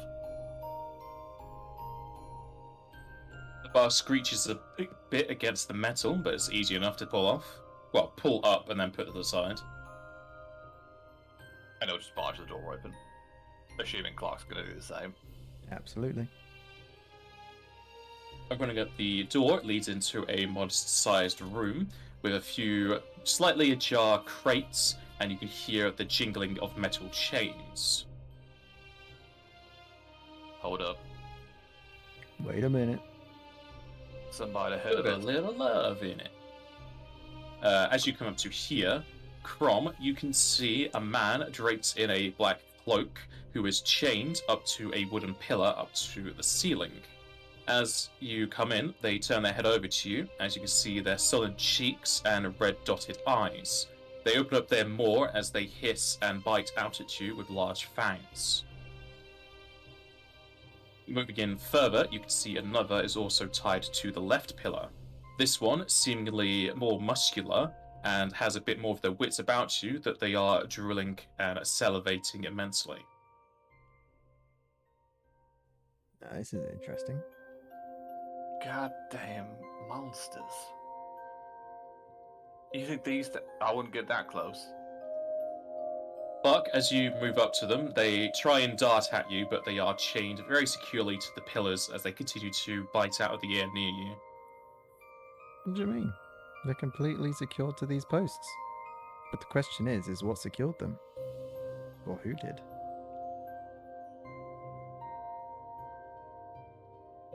I don't know. I can tell these two creatures aren't really in the talking mood. They appear to be very hungry.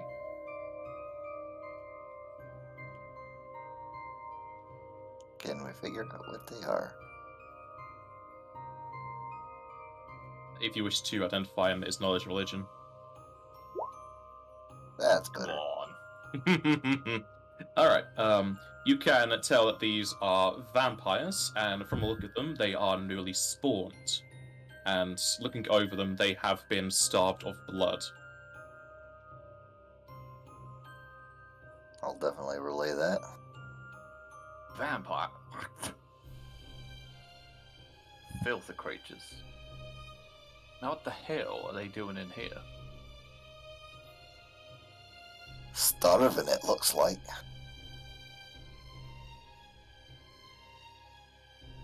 Oh, it looks like they were used for something since they're all chained up like that. Didn't those... That deer had 2 bite marks like that, didn't it? Yeah? You think these things and those parasites are what making all those... I mean, that can't be right, but... You ever heard of that? That they would be... I mean, that's why we came here in the first place, right? Because we thought maybe it's something vampiric with the scissor bite marks, and then the Karat fellow told that these might have vampires in it. Or vampiric creatures. And that's true. That paladin did say the same. Well, I assume he's a holy knight. There are paladin, there's the paladin archetype. Oh, is there? Okay. Is Demir looking over the crates? Yeah, I was gonna see what's in here, see what sort of implements I can find. Looking over those 2 crates, they seem to be more newly fashioned, or at least better well kept after.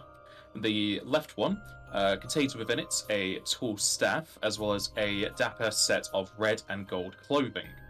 A little sack contains a few pieces of sentimental marbles. There is a book in there, and it seems to be more of a fiction book for light reading. And atop all of this, there is a folded over note. I'll read the note first if I can.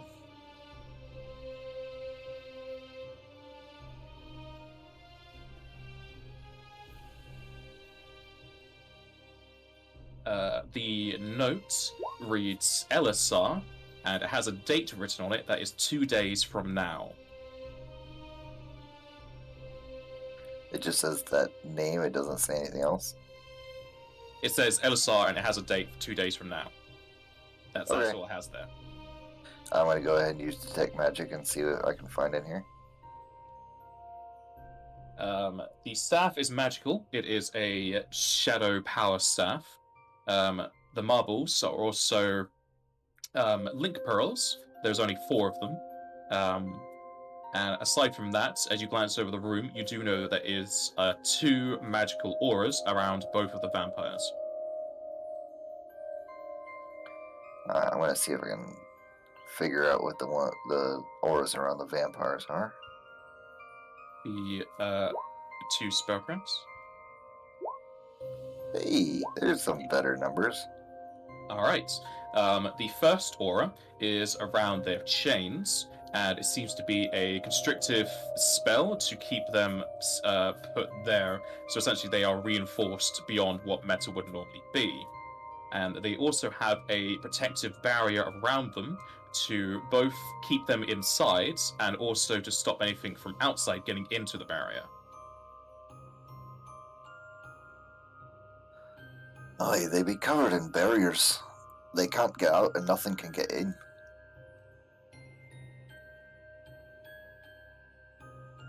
Whilst they are protected, it isn't a complete protection. You could just keep hammering away to get inside. Yeah, I'm not gonna mention that part. These things are filthy, horrible creatures. They can stay here for all I care. Strange that someone will be using them, though, but for what?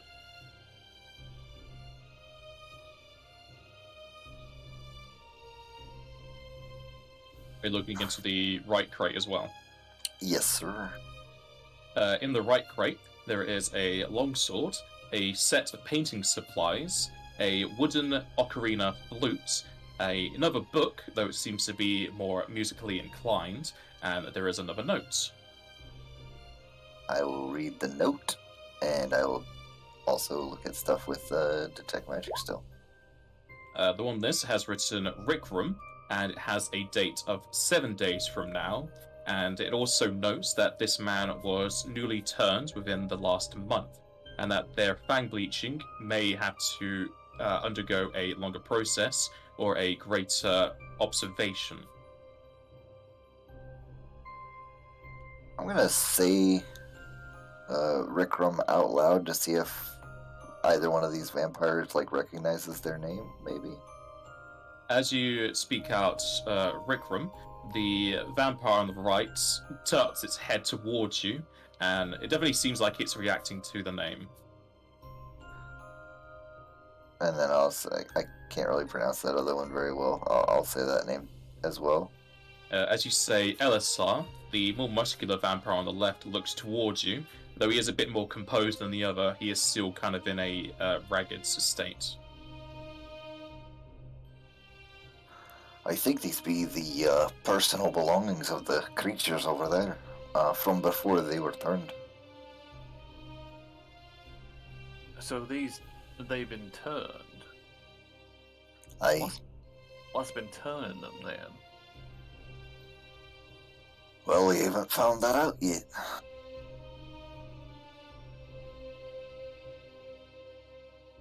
Maybe we'll find it deeper in the caves.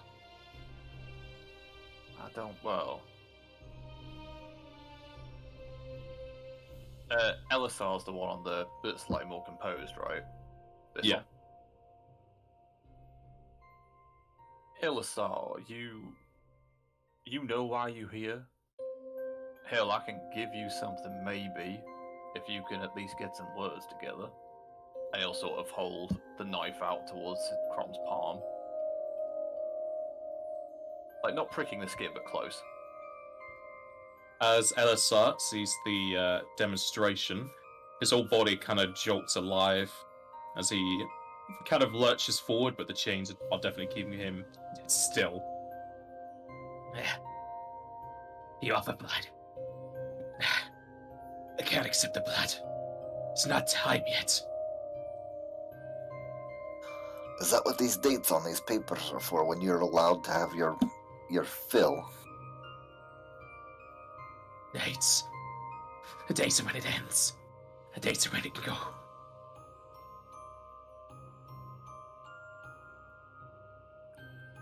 Why are you torturing yourselves like this? Not torture. Well, punishment for Rick. Training for me. Training what? Blood. Tolerance to the thirst? Lust.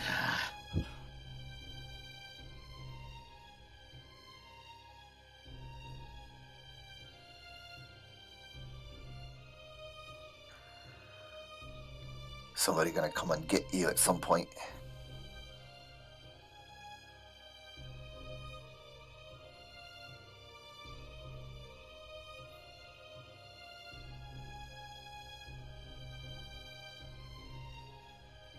Do they not answer? No. Crom will. I don't know how would I go about just doing a small cut in my hand? Would it just be a dagger attack? You don't need to roll anything. You just say you do it. Yeah, it's just like a prick. I'm not cutting my palm open. It's just more like allowing a little bit of blood to come to the surface. As you do so, Rikram starts to go haywire in his column and pulls apart it every second he can do so. However, he is stuck still. Elisar, on the other hand, jutters forwards and then kind of arches his head upwards as if he's trying to just look to the ceiling and ignore you.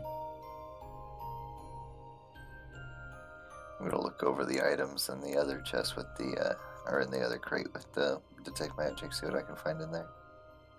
None of them are magical. Nah, sword, nothing. No. Okay. Crom will just flick the blood, like, because they've told us, the mayor's told us about the barrier, right? Yes. Crom will flick it at Elisar. I don't know if it's going to hit the barrier or not, but it'll just flick it at him and say, well, if you ain't no help to us, that's all we gonna give you. And he'll move to leave. The blood flickers over to Elisar as he kind of turns his head even more. The blood hitting against his face, though you can tell he's trying to not drink it. Crom, can you give me a hand with all this stuff here? Sure. Well, what do you need me to carry? I mean, I could probably carry most of it, but it's just like awkward, I'm sure. I mean, there's a blade in there and a staff. I'll take the staff, unless anybody else wants to use it. I think it's too big for Menta, though. Yeah, I got my stuff. Good. I also got the rod now.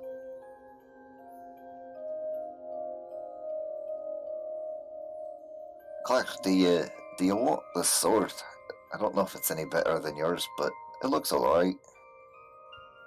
Anyway, Just way taking to these identify. guys' items in front of their eyes. Oh yeah, their clothes and stuff too, all of it.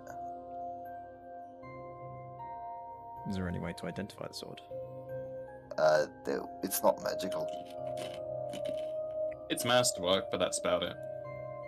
What, masterwork longsword? Yeah. Yeah, take it. You said there was marbles?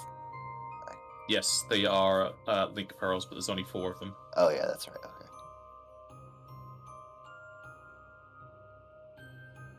Maybe we keep an eye on those.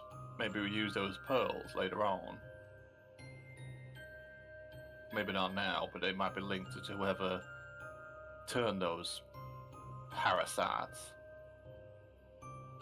Maybe a way of saying that they're all good and they can leave.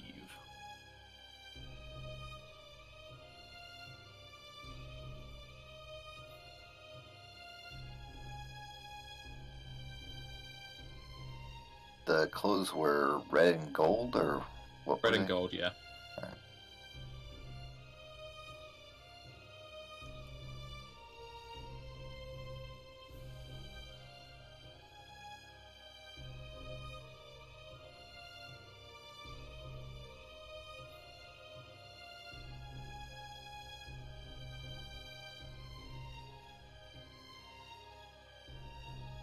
I assume Cloak's made some friends back there. Should we close the door back up? Oh, I thought agree we with did. Mentha. I'll close it. We'll put the locking bar back on it. Just notice there's bite marks across Clark's neck. Ah, Means she wasn't there all alone. You never know what happened. is there any way to tamper with the locking mechanism of this door to make sure it can't open? No, I mean you Alright. could. You could destroy the handle. It's going to take you some time to do that if you really want to. That's only going to really stop it opening from this side, though. But they're chained up on the inside, aren't they? Yeah, that change up inside of there. Yeah, I will. If you guys are alright with that, I'm going to make a point of breaking the handles off. Alright, Go for it. I'll be watching the hallway down here. Do you need me to roll anything, or is it just a case of... As Aye. you start to try and destroy the door, at least the handle, you can see the shadows across the wall start to shake and vibrate even more chaotically as they start to roll around the edges of the door. Forming large claws, they seemingly arc their way towards you and await to see what your next move is. Oh, so they're protecting this door. That's what it seems to be, yeah. Crumb will step away from it. We ain't strong enough to go against the very walls of this place. It looks like the shadows are protecting this door. It's gotta be some kind of spellcaster, I'm telling you. This ain't right. I'm How- surely strange. How no one's seen this before? We got a paladin in the village. Old man Chen ain't exactly a new The look. paladin is a passerby. He is just on a pilgrimage. Oh. Oh, we Yeah. don't know when the last time anyone came here was, right? Those guys at the camp, all zombified already. They were coming here, but I think they all the way here. It's just frustrating, Twiglet. I mean, we're trying to live a fairly normal life out here, and we got mutated animals, undead, That's what we're- conspiracies. Finding out, it's only been about a month like that, right? Of course, it's weird. I thought this was going to be something wrong with the water, or some kind of parasital bug, not some. I don't know Well, what if this is. It's only affecting the animal life. If it was water, it would affect the plants as well. Maybe. Those seem to be alright. Hold Oh, up. wait a minute. As you turn the corner, you enter into another larger alcove with a column in the middle holding up the ceiling. As you can see several rats biting at a corpse. However, with your light and your noise as you approach, they dart their heads towards you as their eyes go wide at the sight of new meals. I think 2 minutes has probably has passed from wind armor. Yeah. Oh, I turned it off after the fight, to be fair. I thought it was rounds. Nope, it's minutes. But still, it's only 2 minutes. These are animals.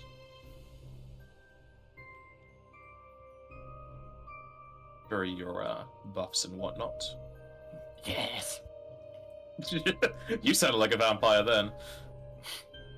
Practicing it for blood money. Ah, yes, of course. Alrighty, and as these rats spot you, we shall have our break here. See you in a minute.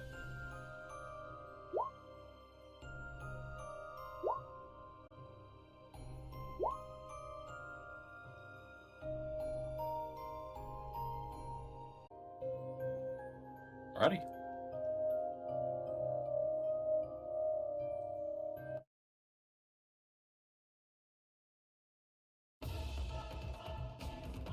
Okay, so if you wish to identify these creatures, it is a knowledge nature. And I cannot see them yet, right? You can roll it now, if you have it. Alright. Nah, I don't know what they're at.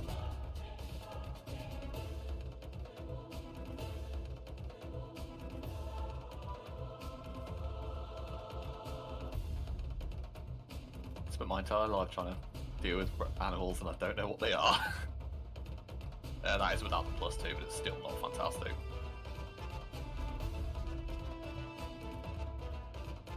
Look at Zamir, knowing all the things.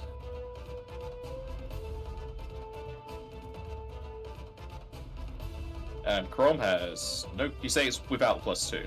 That's without the +2, so it'd be 11. All right. You actually know what they are. This is a wild rat, a ferocious dire rat imbued with magic power. You learn 6 traits. Pull the lever, Crunk.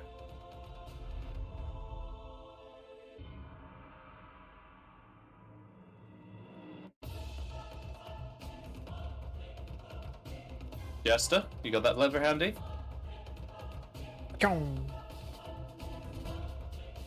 Also, why am I at the end? What happened there? At the end? What? Of the initiative. Oh, there you go. Ah. You only have a 3? That's why you're in, so you roll the lowest? I rolled 22. Oh no, I was swinging up to me for some reason. It's because I hadn't reset the, order. Oh, my bad. It is your bad. How dare you not make me reset the order?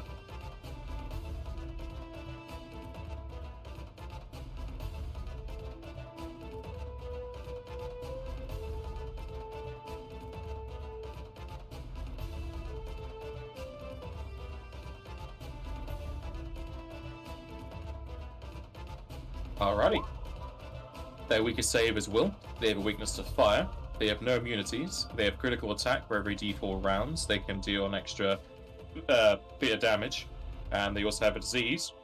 On their bites, where after so many days, you take d3 dex and con damage. Well, that ain't good. And the first up to go is Crom. Do we want to force them to come to us, stop them swarming us, or are we going in there?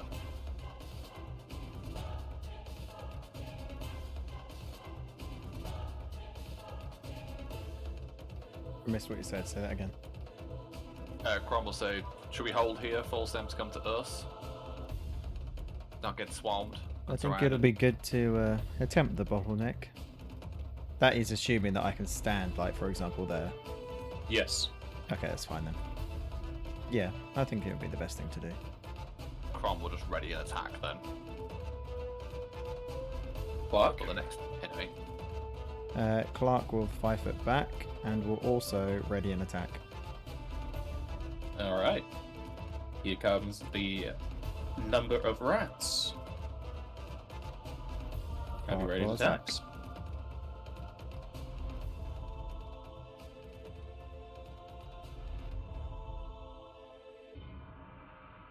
As this unknowing rat comes around the corner, both Crom and Clark let loose with their slashing weapons and cleave into both sides of this rat as it goes limp on the floor. Nice. Well done. Clark sort of like chinks blades with Crom.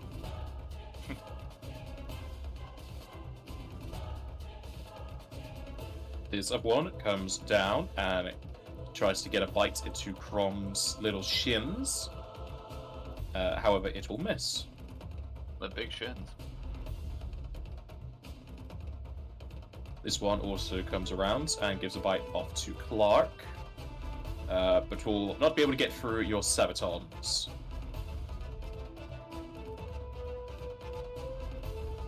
This one moves around to here and will also give a bite into Crom. Crom, you will take 8 damage. I need you to give me a fortitude save.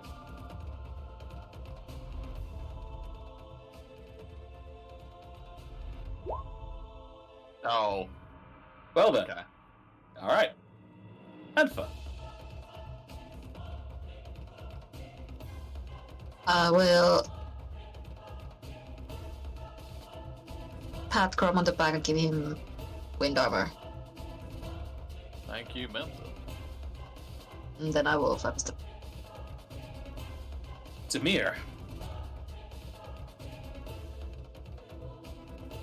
I still cannot see anything, can I? You should be able to. There's. Oh, there they are. They're right in front of you. Yeah. I don't know why I missed those. I will pull out the new staff that I just got, that I haven't made any sort of attacks for yet, because I'm super good at this game. I agree. And I will make an attack roll. Which one? Ranged? No, I mean on which enemy? I assume there's a dead one underneath of the one in front of Clark? Yeah. Okay, so there. I'll go for the one on the far bottom if I can reach them. Yeah, it's a 30-foot range. Yeah. It's Yeah, still going to be cover unless you move around. But I'll take a 5 foot. that's not no, gonna, yeah, none of them's Yeah, going to really help. nothing's gonna help. So yeah, I'll just take a shot at that one. All right.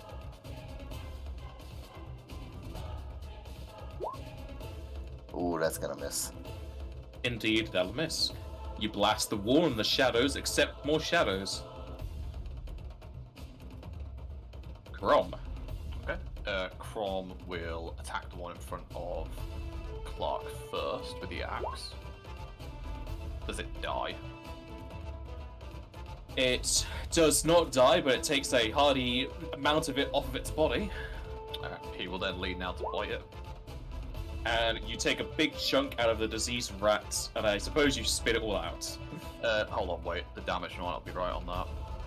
It should be lower. It should be 0.5 because it's the secondary, isn't it? Yeah, just yeah. Yeah. So that'd be 4 or 3, depending on how you round it up. 4, sorry. So it'd be. That still kills it. Okay. Cool. It had 1 HP when you stabbed it. Alright, it's just for the sake of argument. There we go. Alright. Clark. Trying to be Clark fair. will attack the one in the middle.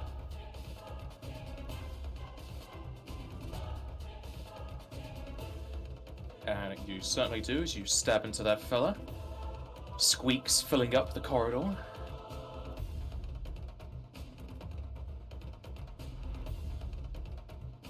This one's 5 step there.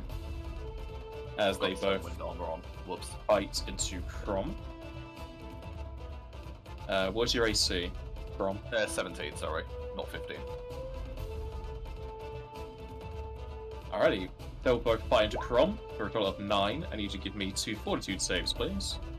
Good god. And I don't have any thingies left. Thingies indeed. Because it's every 4 levels, isn't it? It's 1 and then every 4 after that, so 1, 5 and whatnot. Yes.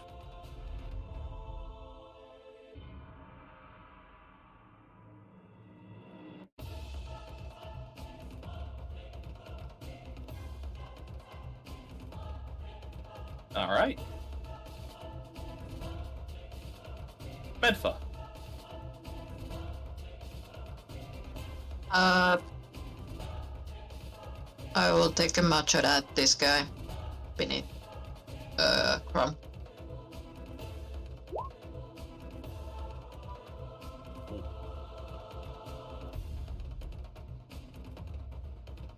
And I'll take another step away.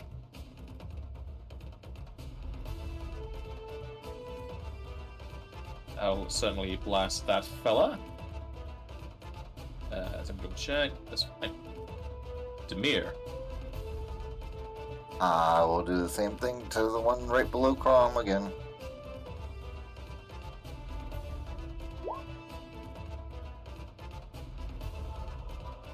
Ooh, probably not. Although I don't think it has cover this time. It will not, but it is a small creature, so that'll miss. Alright. Grom. Okay. So, can you 5 foot step and do a move action? I think you can, can't you? Yes, as long as it's Yeah. not moving distance. Okay. But I'll 5 5-foot step. You won't be able to go there. I can't go there. Cool. No, because these two are like blocking that diagonal. Okay. We've hurt the one in the middle there, right? That one's been hit. Yes. Okay. In that case, as a move action, I will use a Hunter's Bond on the one below us. So what that does is basically gives everyone, for 2 rounds, my favorite enemy, but halved, so it's +1 attack and damage against this one. For 2 rounds.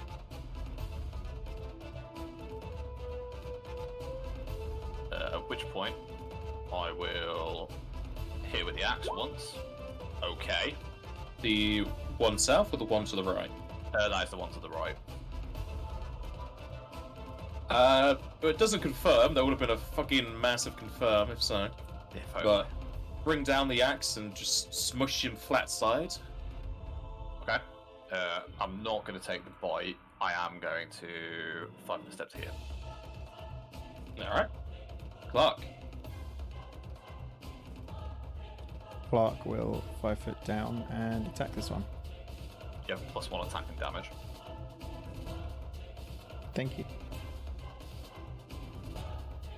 +1 to the damage. And slashing into that one, it will also go down.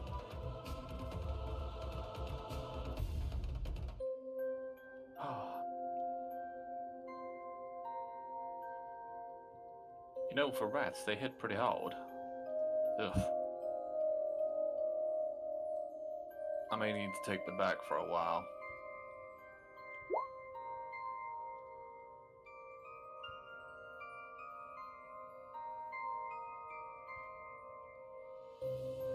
Crom has the wrong experience.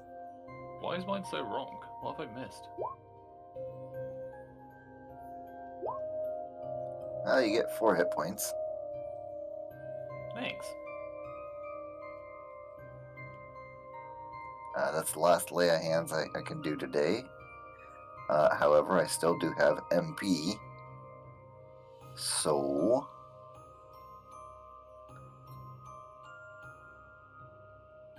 go ahead and take a regen for 10 HP. Okay. Should we check around what's the corner? Because I don't know if anything's going to trigger before that That's true. finishes.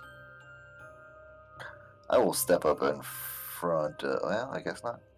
I was just seeing what it was. Because we saw there was a body, right? I was just checking there was nothing else. Yeah, as you round the corner, you can now see the corpse that the rats were chewing on. In its hands is another tall staff.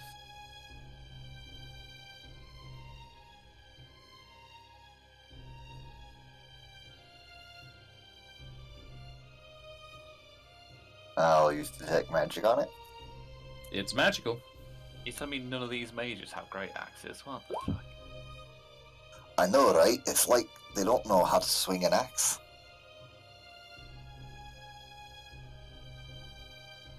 I'll turn off wind armor because I'm assuming that that's probably going to be gone by now.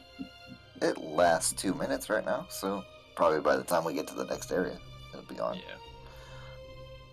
We'll take a look at this staff-looking thing and see what it is.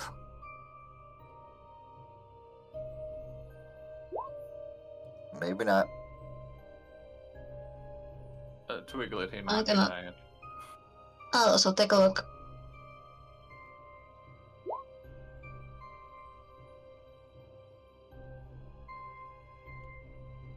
Neither of you know what magic this has.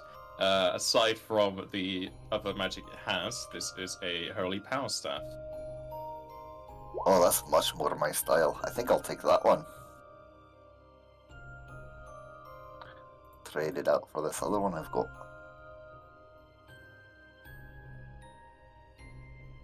Don't Yeah. think we'll be giving it back to them vampires, but we can sell it later. Or keep it for alternative damage. Chuck, back at Meta might have something for that. Always was a good hand with money. You two. You alright there? Well, before I say anything, we know that these things carry disease, right? So would it be metagaming to ask them to check me over in case? Because I did take a lot of bites. You did get bite quite a few times. Yeah, you could ask. Would you mind having a look at these? They hit me pretty frequently, and I know these things tend to carry disease. We'll see what we can do. Rom is definitely diseased. Ugh, that's nasty. Damn. We're gonna have to get you some care, my friend.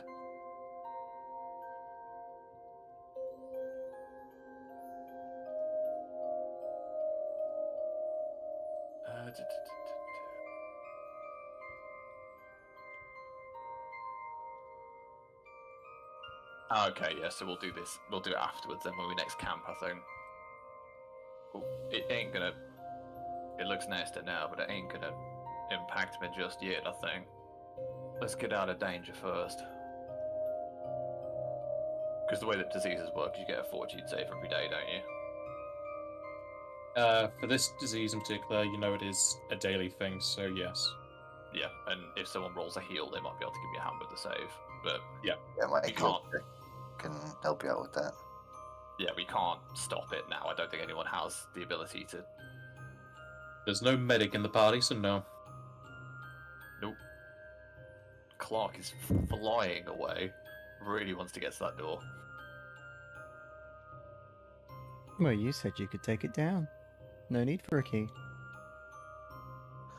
Hold on, long legs. Hold up. You just want to go back and see that little paleberry, don't you? No. Just want to make sure he's okay. Speaking of that, you got the shadow staff from one of the vampires, right? So that means he's also a caster, right? Maybe that berry is familiar? Could be. Maybe. How could you tell? We could always try and bring him along. He wouldn't come with me last time. But we got his. Sorry, Mantha, you were going to say something then. No, I don't know. It's just some mages do have paleberries as companions, and seems to be sitting waiting for someone or something. Hi there. Maybe we try the names. We know their names, right? As you get closer, the paleberry starts waving its arms around towards Demir. And then, slaps its hand onto the empty crate as it points at you. Do you need something there, friend?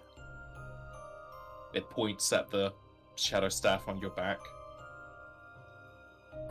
Do you know who this belongs to, little boy? It continues to flap its hand onto the empty crate.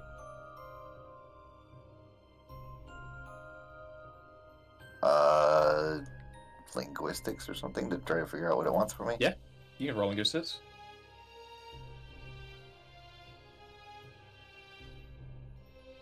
Not a great chance, but there's a chance. As far as you can tell, the paleberry is asking you to put the staff into the crate.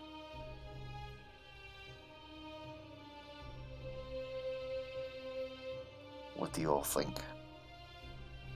It can't hurt. Alright, little one, here you go. And I'll slide the shadow staff into the crate.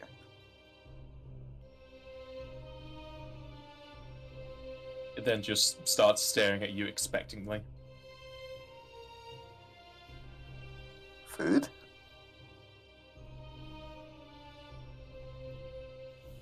Doesn't seem hungry. It did eat just a few minutes ago. Alright then, little one. Start walking away. The paleberry then starts waving its arms around again, starts pointing at Clark, and slaps the empty crate next to it. Clark will move over and look inside. The paleberry points at the longsword you've stolen.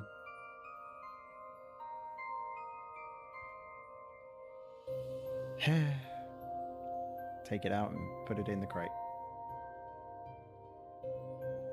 It then just stares at you. Clark will come over and just pat its head. There. So, hold on, what were their names? Can I say Illisal? Is your master Illisal?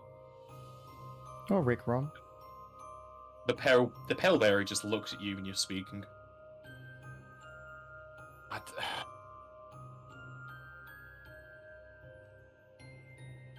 Would Ain't you Ye- like us to take you to LSR and Rick Ron? It just looks at you. I wouldn't do that. Maybe it would organize the clothes too. Yeah, we can pull those out. I mean, Are we you have no pulling need out? for them, right? No. Do the clothes have any kind of iconography on them, though, that we could take a note of? No, they're just very fine. Yeah, we can pull those out. Ah, Model it for us. He then stops slamming the empty crates. He points at the clothing. Come on, then. In you go. And I'll just pop it in there.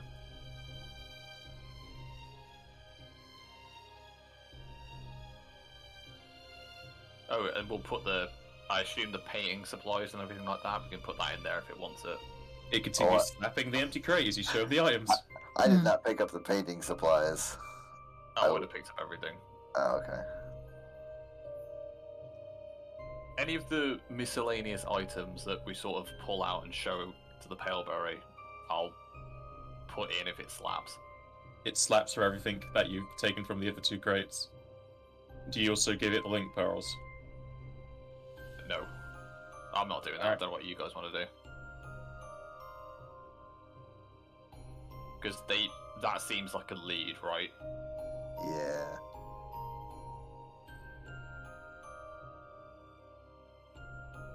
Let's check this dell first.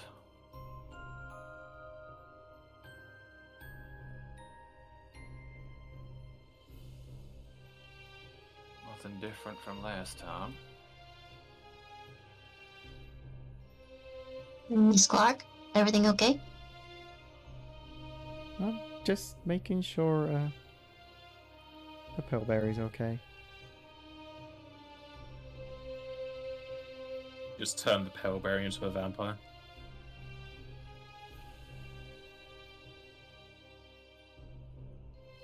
I mean, it's already pale.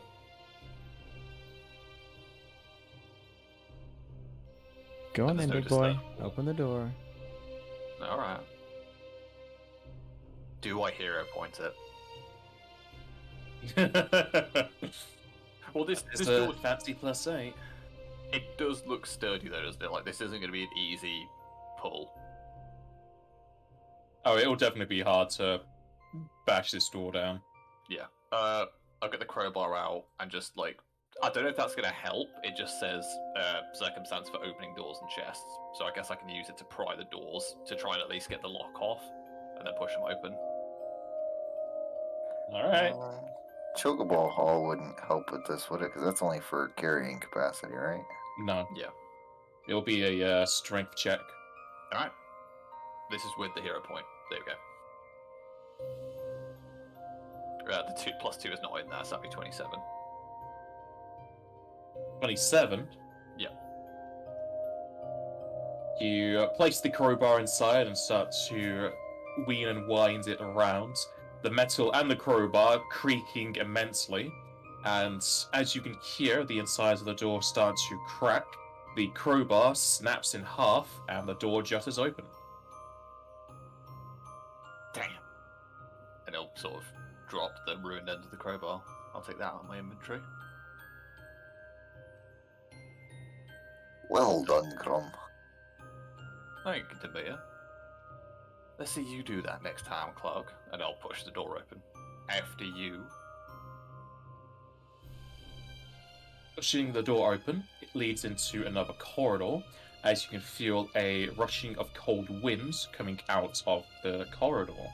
You can also hear the licking of flames from nearby torches. Now we know this was alarmed, so we better hustle before whoever owns this place comes back to check on it. moving into the corridor, every torch, aside from this one next to it, next to the door, is lit with orange flames. They light the corridor, though they seem to be maintaining its light level.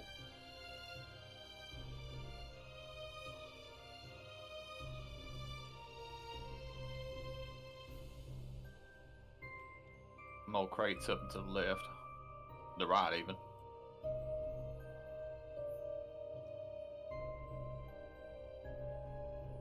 Hey. Some kind of table up the top, too. Y'all check these crates out, just to keep an eye out.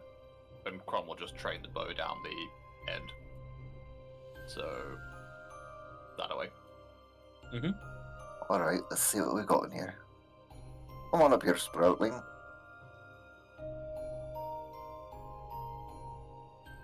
Checking over these crates, they all have tiny locks on the side, so they're more like chest crates than anything. And as you open up their lids, you can see inside that there are several vials and bottles, as well as medical and syringe supplies. A lot of them have been dyed red from use.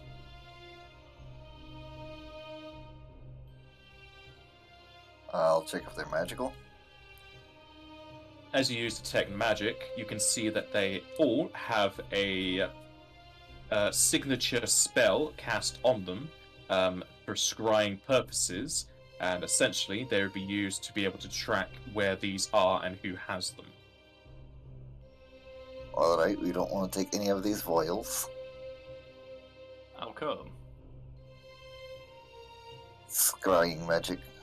They'll be able to find where we are and track us down.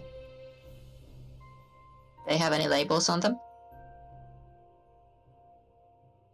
None of the things in here have labels, no.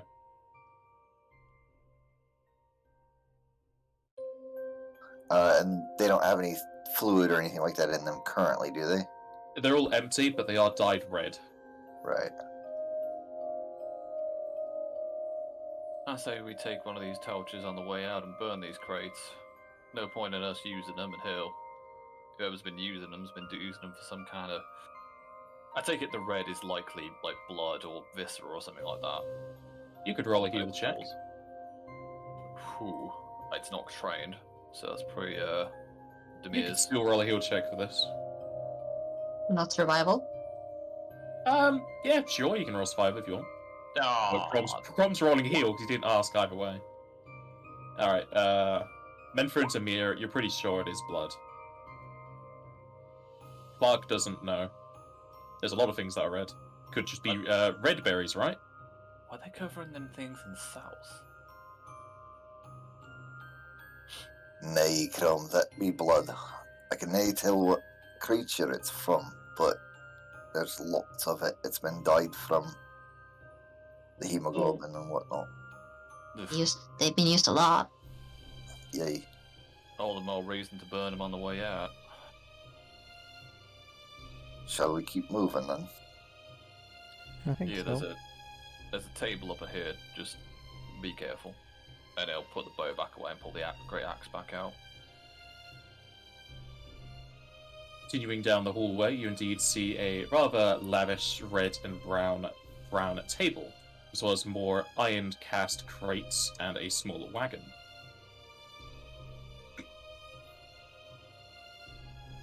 Coming up into the archway leading into the room, you can see another table to the south with 3 people sat around it.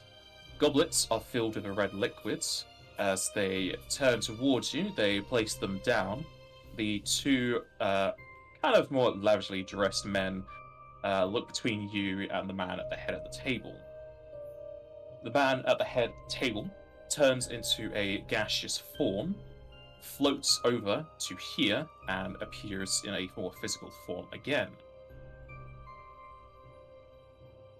Greetings, visitors.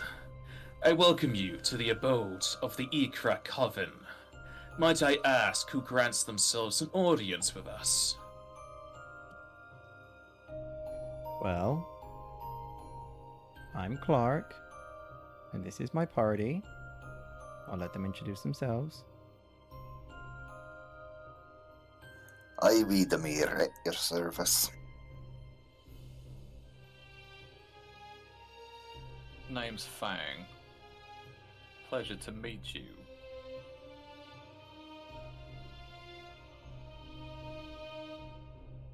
Mentha.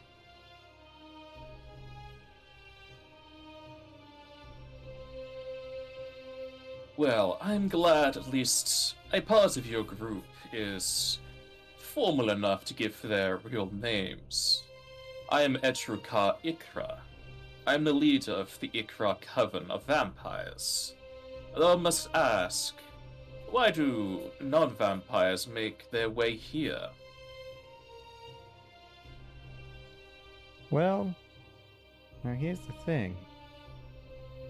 We're on a bit of a investigation. There's been some animals spotted in the wood with quite nasty bites in them. Seems to be causing a bit of an issue. Wouldn't happen to have any knowledge on that? We do feed on the local fauna, as well as some blood-bearing flora.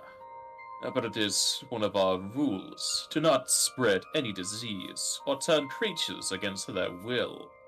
As most animals lack a shared tongue, they cannot give permission.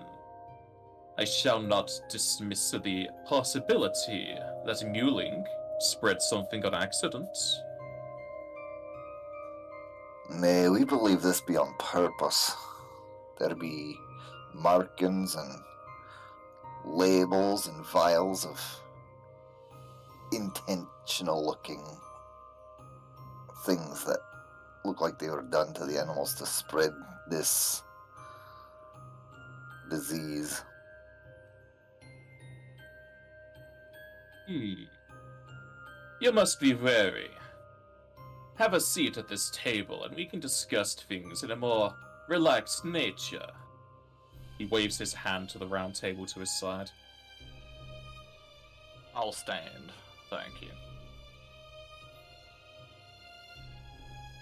you. I don't mind coming to sit down. Legs are feeling a little tired.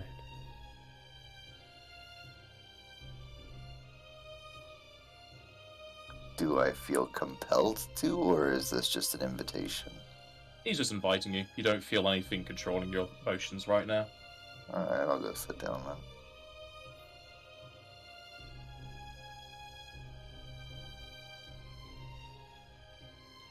Are there actual bodies at the end of this, like, in the spider webs, or Bodies? is that just part of the...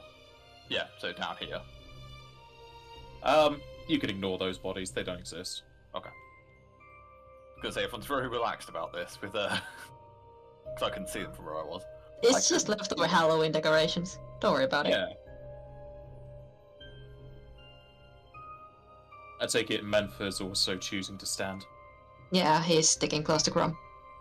Alright. Talking about these vials and experimentations, I shall let you know that we use syringes and vials to house blood for later drinking. It is not always a viable option to go topside, as it were, to drink our fill. Though none within my coven have been given permission to do any experiments as you speak. Did we mention experiments? Yeah, I did. Okay, I thought you said that they were just messed up animals, not that they were experimented on. I said that there was like intentional, there was intent behind whatever's happening. We've got like vials and syringes and stuff like that that are showing intent. I'll tell you what. You know anything about these? And I'll show him the obsidian arrowheads that we found at the deer attack site. Those are quite fragile tips to be using. Though the wars have strained the more common materials. It is possible a hunter from north came down here, but none within my coven use obsidian or glass weaponry. The north. Good to know. The north is quite a large stretch of land. You must know, it seems like some of you have traveled quite far from what you were. My coven have been moving further south to evade such wars, as well as the over-eccentric paladins who have a sort of persecution of any undead kind, even those with sentience. As he's saying that, then Demir's gonna pull out the one needle that we have that has the infected little thing in it. We had 3. You only have one syringe that has the parasite. Oh yeah, in it. one with the parasite, but then 2 without the parasite, right? Yeah, I'm gonna pull out like the one rage. with the parasite, and then I'm gonna show it to him or them. I can't really tell, and say, well, this here to be what we're talking about. This syringe here's got some sort of parasite in it, and it's been intentionally injected into animals, and people are getting sick from it.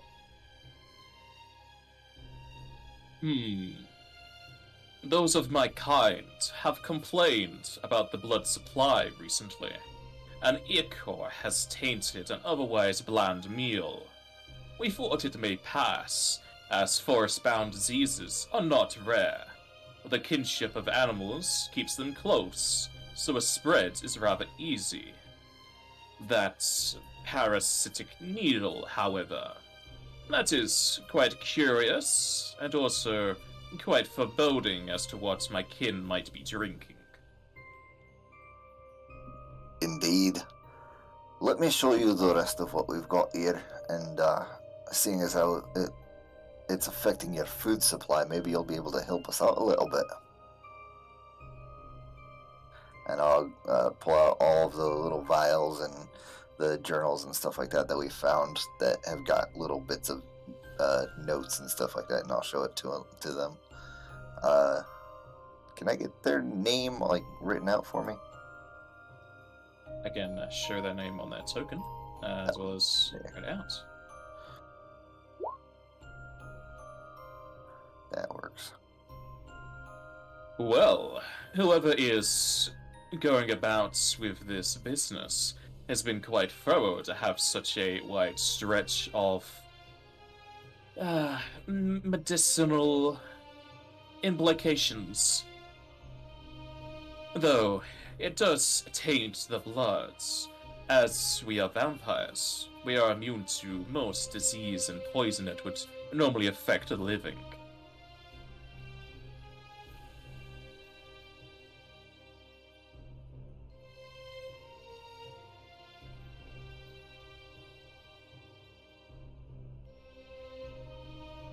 How is Crom reacting as he's just standing there in the presence of a vampire who's very adamant that he is a vampire, not hiding it? Especially since he has big wings on his back. Yeah, he's not particularly happy about it, but he knows that instinctively it's almost like if you see 2 animals looking at each other and one of them knows that if, it doesn't like the other one, but if it attacks it, it will die. It's kind of like that. Like, he's on edge, 100%. Because everyone knows that vampires are fairly powerful creatures, right? It's not uncommon knowledge. It is common knowledge they are strong. Yeah. If you want to attempt, you can roll knowledge religion. I don't have it. I'm just going to go on. Oh, then no. Instinct. Yeah. Demir, you have no idea. Okay. He doesn't like it, but he gets that we need information. I sense that the one who does not give his name is not too comfortable within this locale. Might you have a personal grudge against our kind? He says as he looks over at Crom. I don't like mans. And I don't like... Wait, hold on. What accent is that? Hold on. How dare you be taking my accent? I'm the one who's most to be absorbing. Well, I don't like these mines, and I certainly don't like the situation we in. Might it improve your disposition if I were to cleanse your condition? I'm flattered, but no thank you. Very well. Though you should pay in mind to have yourself looked after at a doctor later. I will if I can't fight it off myself. Look, we got these things here, and judging by, I mean, Crom doesn't like enclosed spaces as well, this probably isn't helping. This, you ain't the cause of this. I can understand that, and you and your gentleman down there seem to be above board for all we know. I would like to say most of my coven is above board. We have strict rules, you see, and I see them enforced. Now, you mentioned most. We found a suspicious hut not long ago, and a creature within it seemed to have gone ballistic and headed this way. You wouldn't know much about that now, would you?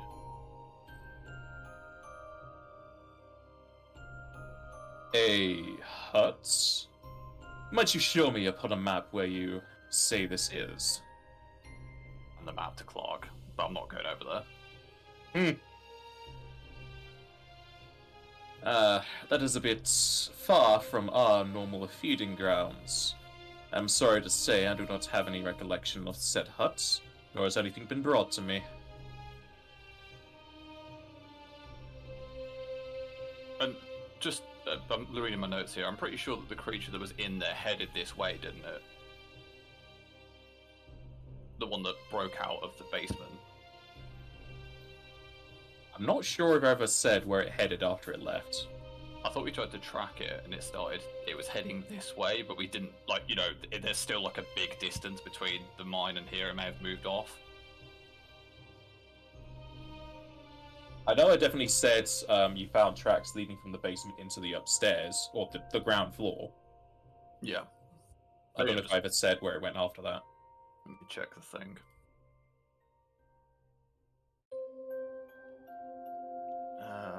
Boar heading upstairs. See if I mentioned it. Okay, maybe I just made that up. Okay. It was probably because we were following hard tracks that were headed towards the mines, but then they veered off to the cabin. Oh, maybe that was it then. Yeah. Okay. But after that, I think the only hints we still had for this place was the vampiric influence, the locations, and the one camp that the guys talked about, the mines. The diary note or something. Well, with this, are we fresh out of leads? Because I'm trying to think of anywhere else we are supposed to be going.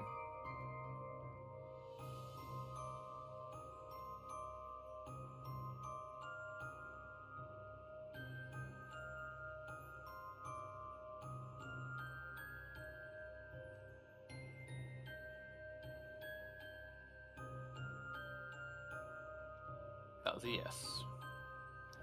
What happened?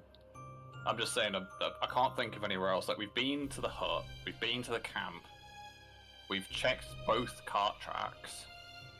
I think. Yeah, we checked both cart tracks, because one took us to the... one took us to the camp, and then one took us... And then the other one took us to the hut. And then we've been here. So we're actually out There of... were tracks when we were in the middle of the forest, tracks up north, like cart tracks, Well, that those are the we ones didn't followed. follow. No, we didn't follow those ones.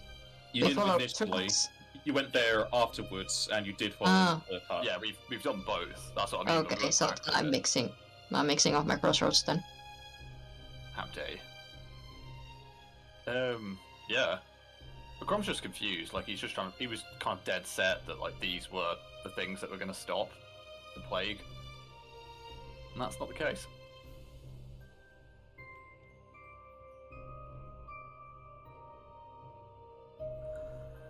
Well, lads, I think we're at an impasse. We got no more leads.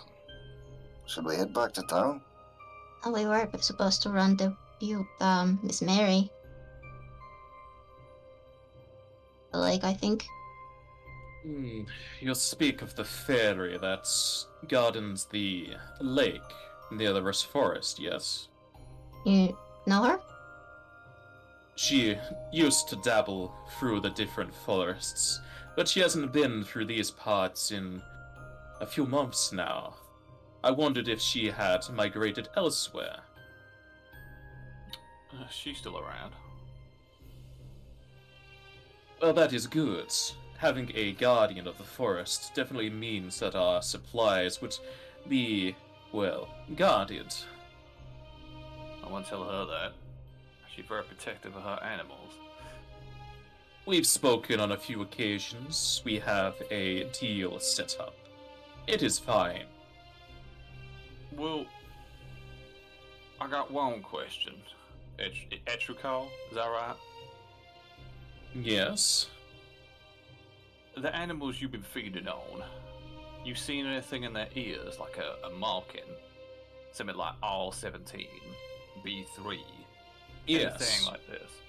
We saw many a marking amongst the creatures of the forests. However, there used to be quite a few farms close to them.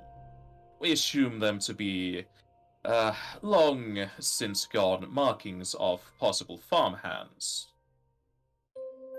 It ain't that. It's the markings of whatever's causing these mutations in the flora and fauna. I gotta ask, you probably been around here a long time. You know where these things started cropping up? The markings? I would say the first occurrence that I remember was about 3 months ago. Months. And we only started getting sick a month ago, right? 2 months ago. 2 months ago. Anywhere they were particularly concentrated. We normally go wide and far within our supply routes to get our feed. We don't exactly take from the same area. If a pack of animals is too weakened from our drain, it often offsets their balance. But as part of our agreement with the fairy, that we do not do such. So I cannot tell you if it was a more concentrated in one place or another.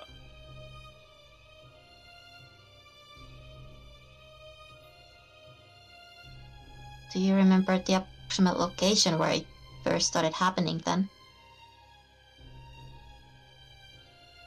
To the north, I think.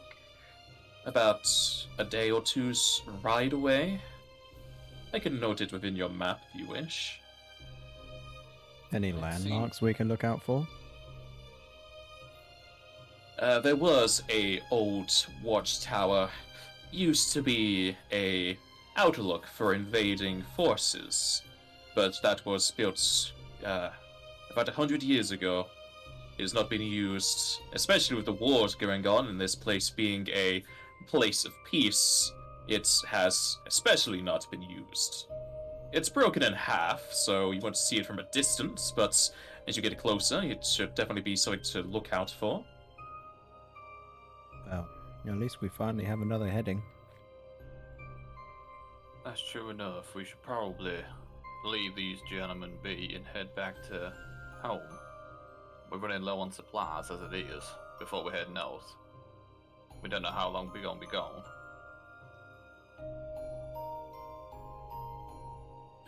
I would not like you to have come such a way just for some words. I offer up our assistance. We are highly trained in removing disease, poison, and ails. If your kind is truly beset by pains, we can cure them to our best ability. In return, we would take blood donations. I am able to pull it from a wound and bottle it for later. I cannot simply enter the village of Mater and ask this. I would be staked on sight. That's not something we can promise, but do someone pipe in if you want. I realise I'm talking and I have 6 charisma, so this is not going to go well. Old Man Show is the man to talk to that. We can mention it, but make no promises.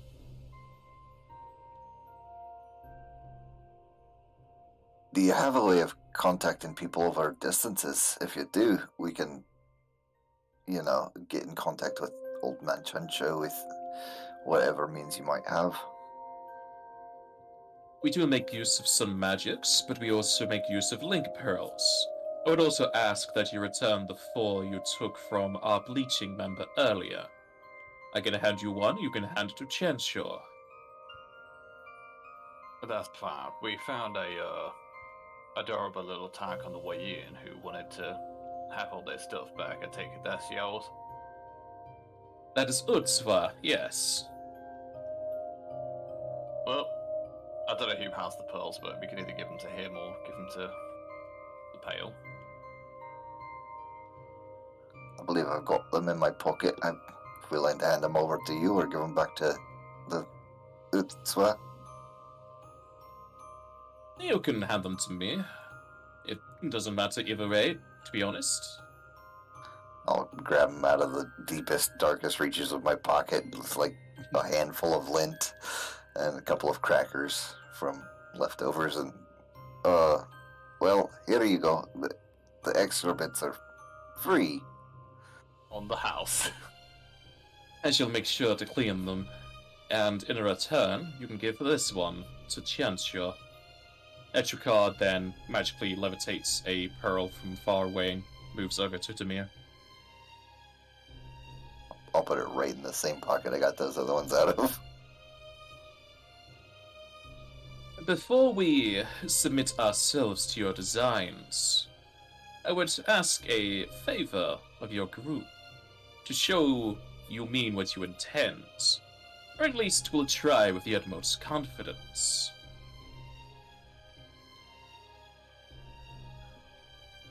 What sort of agreement do you need from us? A creature has migrated to the forests recently.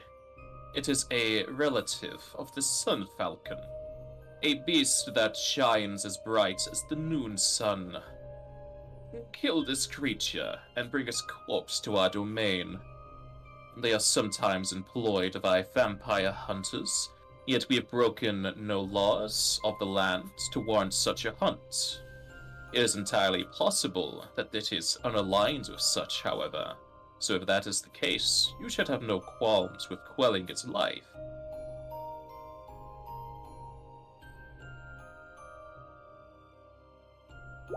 We'll see what we can do, I guess. Do you have the name of the creature that you're talking about? You said it's a relative of a Sun Falcon? A close enough approximation is just to call it a Sun Falcon. It is a bit larger than the normal ones. Have any of us ever heard of a Sun Falcon before or know what it might be? You can roll, if you have it trained, Knowledge Arcana. Nope.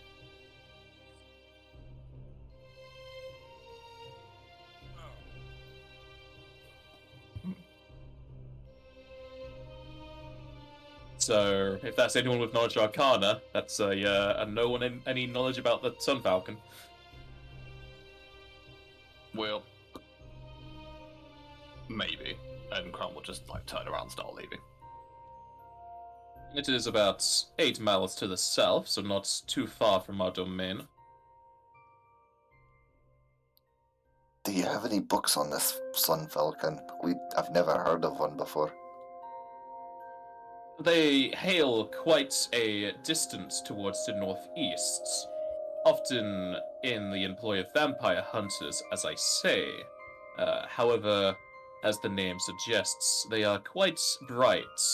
Their plumage is almost aflame, and any creature near them is under the effect of harsh sunlight, so much so it causes fatigue to normal creatures, And for those who are weak to the sun's rays, can turn them to ash.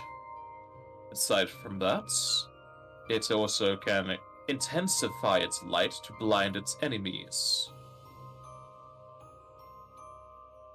Right, we're looking for a very bright phoenix. Got it. See you later.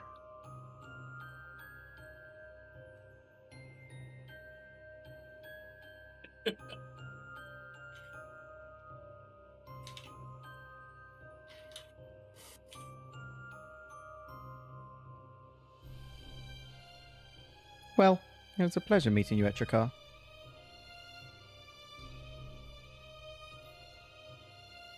And to you, Clark.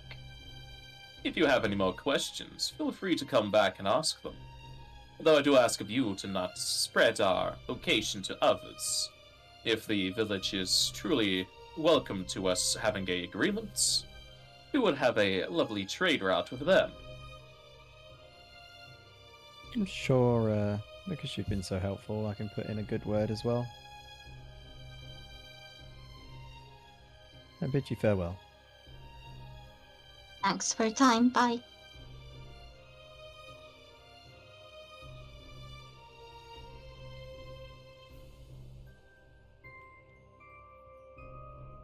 We're How just you gonna doing, you leave big oaf? at midnight. Did you enjoy seeing the vampires? You too damn trusting, Cloud. One day it's gonna get you killed. I can talk my way out of most things.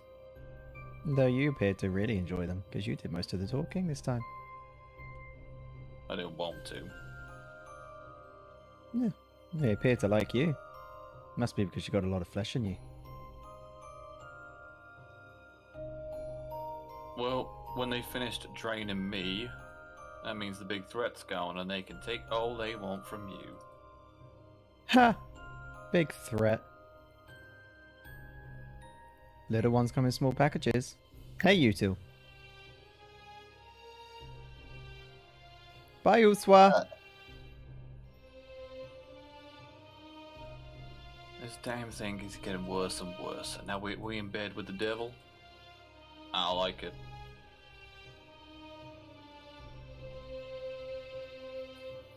You worry too much. You didn't even ask about anything else they had.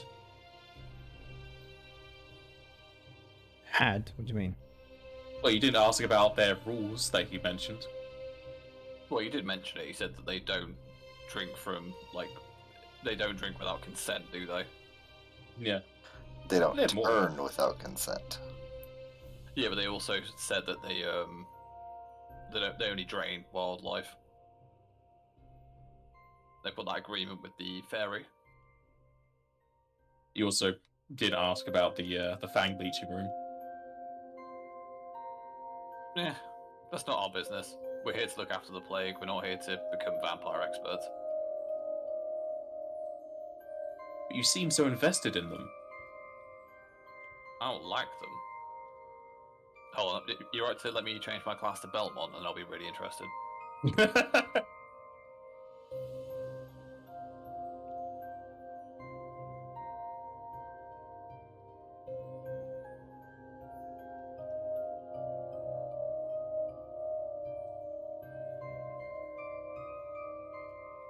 Take it you are leaving the area. We are indeed. Yep.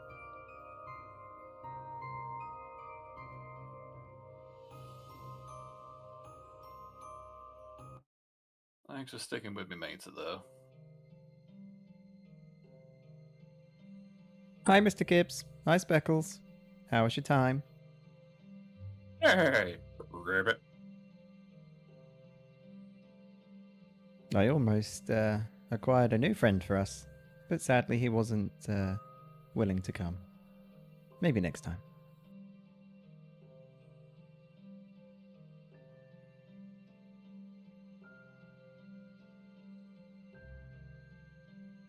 Well, we gotta discuss this. We going after that Sun Falcon, or we gonna leave it? Frankly, I'm happy to let it kill all those bloodsuckers, but Ain't exactly my choice. You all seem smitten with him. Right, Chrome, I think we should talk about something. Have you ever felt ostracized, or like people are looking at you differently because you're not one of the other types of races? I was a slave for 7 years, Demir. Of course I've dealt with that. Right, so you do think that they have an easy life, constantly being chased down by people who think they're doing right by the world? They've got something different about them, and that makes them evil automatically. I didn't say they were evil. I just said I don't like them. I didn't draw steel. Hell. I ain't saying that I'm gonna actually let it do it, but we gotta be careful. Well, we didn't actually find anything that would link them to the beast thing. If anything, they're as much a victim of it as Meta is. That's true. Like, Right, if the meat that's- spoils Anyway. the blood. It'll be a good practice. Stretch out your arms a bit. You could do with a little bit more of a challenge, rather than just some mutated little rabbits. I just don't want folk back home getting attacked, that's all. We got these mutated monsters out here, some weird conspiracy, and we don't know who to trust. They might be alright folk. Maybe. I mean, Do they you also trust- offered. They did offer to heal your disease. I know, he just doesn't trust, like, he just doesn't trust them, like, off the bat.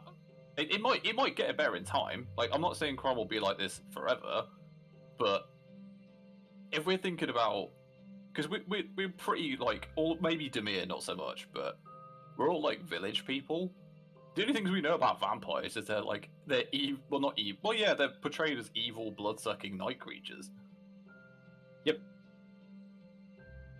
It's just a bit confused as to why Well, everyone's Clark so cool with them. took that as a very good introduction to meeting a vampire for the first time. Didn't seem very bloodsucky evil. Crom fully expected to die there. Chrome, do you trust Old Man Show? I trust Chensho, course.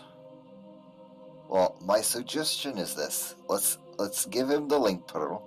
Let's let him talk to the vampires over many miles, nowhere near each other, and if he feels like it's worth trusting them, then maybe follow his wisdom and instincts for political things like this.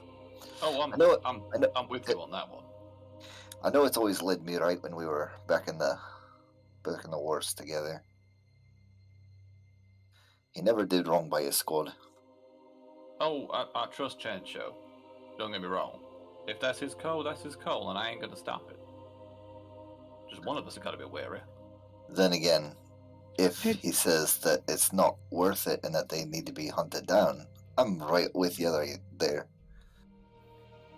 It's good to have a wary one in the group. It keeps everyone safe. But it's also good to have some in the group that take the drive and take the risks. Risks is where And the adventure I'll tell is. you the truth, Crum. I was nervous as you were. I was just trying to be diplomatic, as bad as I am at it. I was just trying to get information out of them. It did not seem like they were the cause, and I was trying to find if they could offer us any help to find their cause, seeing as I how it mean- aligns with their food problems as well. I know you're fairly new, Demir, but if you haven't met Crom, he's not exactly the most diplomatic wolfy boy. Yeah, we're peas in a pod, we are. Peas in a pod? Is that a new city food? I'm happy. Why do we not bring any beer with us? I need to sleep. Now you're talking. We need a drink. Where's the nearest place for a drink? Maida. We gotta go back there anyway. If we're gonna deal with this Sun Falcon, we probably should do it. at full I think we capacity. should do it. That's my vote. I Also think we supposed to probably do a meet- group meet- vote. Are we also supposed to meet up with Miss Mary? And see what she found out, if anything? Of course, she was looking into it. If we head to the Falcon, head to Meta, link up at the lake, and then head up to the watchtower to the north. Bit of a sort of diamond route, if you. Bit of a trek there.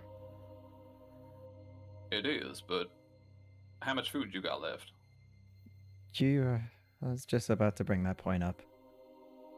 Can't exactly go hunting with all of this diseased meat around, so it would be good to I have a can restock. take care of that for you.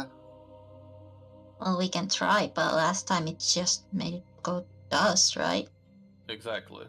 We can purify maybe a bit, assuming that we get some good bits. Well, I guess we go with the wolf's idea then. We go for the Sun Falcon, head back to Maeta, get some food, head to the lake, and go to the tower. Sounds good to me. Alright. Meta makes a good point, though. Maybe Mary knows something. Onwards and So upwards, yeah. Mr. Gibbs. So do you mean you're going to the Sun Falcon, then back to the Silver Mines, then to Meta? Because you got to bring the body. Oh, yeah. Well, yeah, but it's Yeah. like, it's not far, is it? No. Yeah, so we'll do that. It's just like a quick in and out. Well, hopefully, and then Meta, Lake, Watchtower.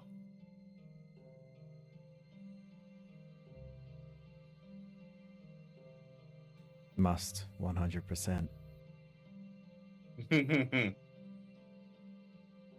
Well, there's a lot of tiles to be getting on with here. We got time. Alright, heading southwards, you start on your trek of trying to find the Sun Falcon. Do we want to rest first? I mean, I don't think we were in that cave very long, were we? No. No? Just depends on if you want to be having resources. What's... Yeah, I don't even, Because I I don't know even that think Demir our used a bit mage of armor ran out stuff. while we were in the mines. It's going to take 2 hours to get to the Sun Falcon anyway. It's just a case of how much MP have you guys got left. I've used my limit break, but, you know, like, I'll live. That's fine. It's more a case of just, I don't think this is going to be an easy fight. So, it's worth having us. Like, if we're confident, go for it. But I just don't know what other people's resources are like. I mean, my resources is my health. That's it. Yeah. I might spend some time out of melee, in all honesty, against this thing. Yeah, I've got a ranged option that's pretty significantly better than what I had before, so I could stay out of melee as well, or I could just hop into melee if it's necessary, although my hit points are nowhere near as good as the rest of you guys'. My staff don't really use my spells aside from maybe windshield. Or wind armor, rather. We can try it. Yeah, I'm good to go. So you going against it without resting? It seems like a stupid Yeah. idea, but sure.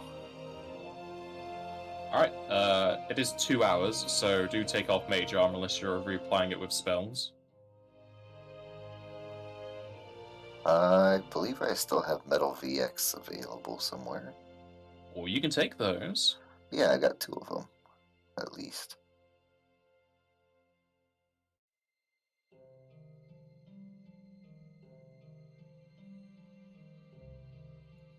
Right, am I going frontline this time?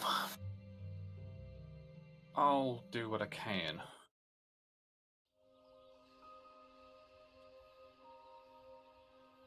If I'm going frontline, I'm gonna buff myself up as much as I possibly can. Wow. Look at the surrounding area. It's very pretty around here.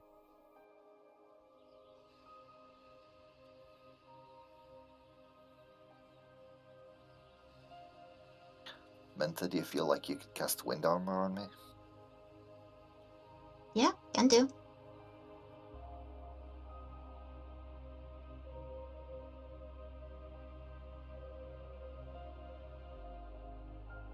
And then I will cast Shield on myself.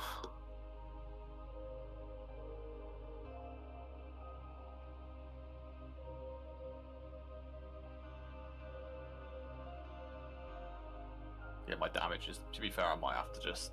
I might have just hit it with the axe, because my bow's okay, but it's not fantastic. Yeah.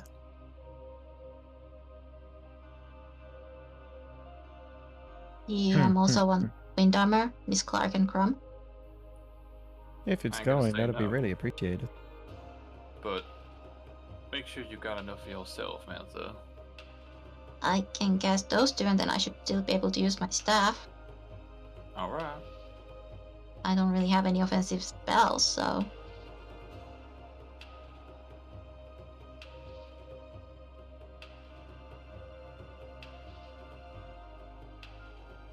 I'll put my wind armor on. It's just +2 deflection, isn't it? Yep. Cool. Happy days.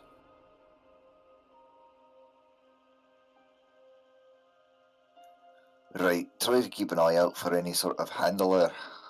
They said it might be unaligned, but they might not be either. I'll start with the bow, just in case it's flying. And I will have my axe out.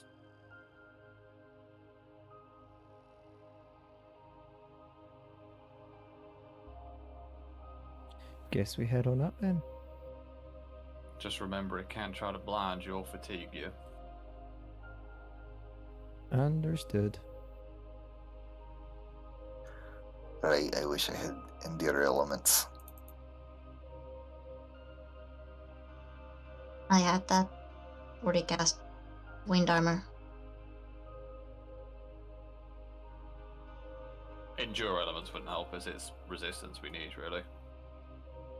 For the fatigue, it would help with that, I think. Well, we don't know what it does. It might be a special ability rather than, like, the actual heat. That's right. Any sign of it?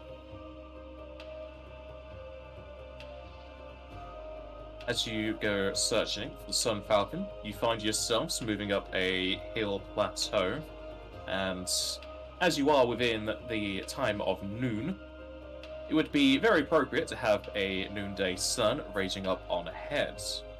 However, the heat and the light seems to be intensified somewhat, as a smaller speck of sunlight is darting down to the floor.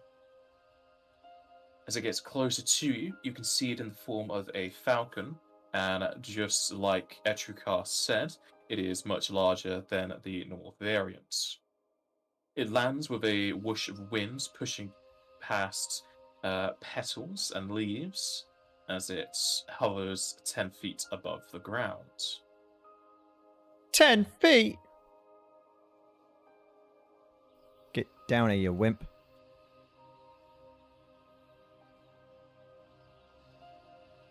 Okay. Clearly Crom and Clark are not ready for this fight, and Demir. That's a 1, 2, 3 right there. Right, come on, little birdie. Polly want a cracker?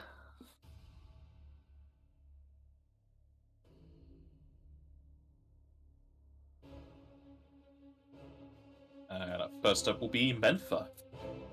Oh shit. I wasn't prepared for this. I wasn't ready for this.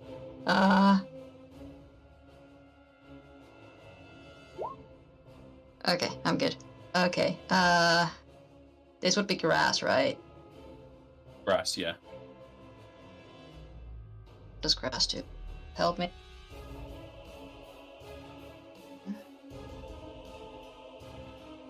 Yeah, that potentially helps. Let's try that. I'm a try and shoot it with geomancy. Terrible touch though.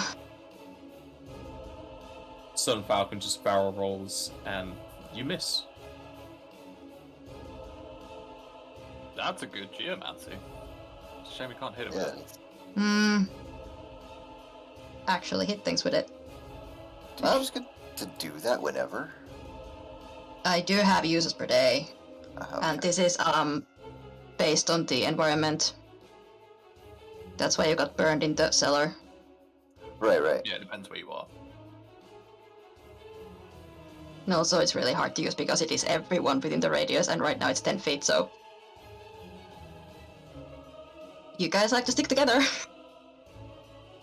It applies to here, as its radiance burns brightly, and I need everyone to give me a fortitude save, please.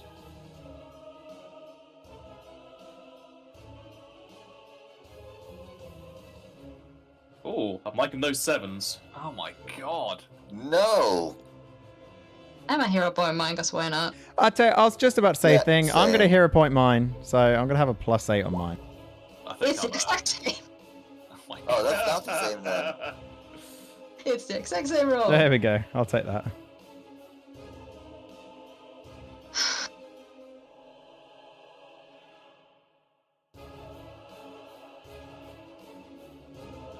Oh, that's better, I guess. You actually all had a 7 if you count Demir actually rolling a 7.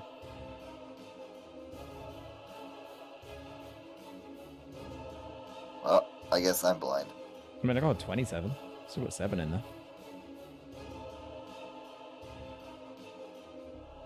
It's up to you. But From Menfa and Demir, you are fatigued as the radiance of the sun makes you all become sweaty and dried out, as well as just beating you down with a heavy light. Okay. There should be a button in the conditions for fatigued. Yep, There is. Um, I don't like it, but it is there.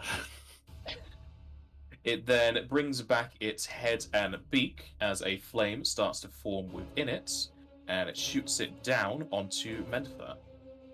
Menfa, Not you the give me plant. I need you to give me a reflex save, please.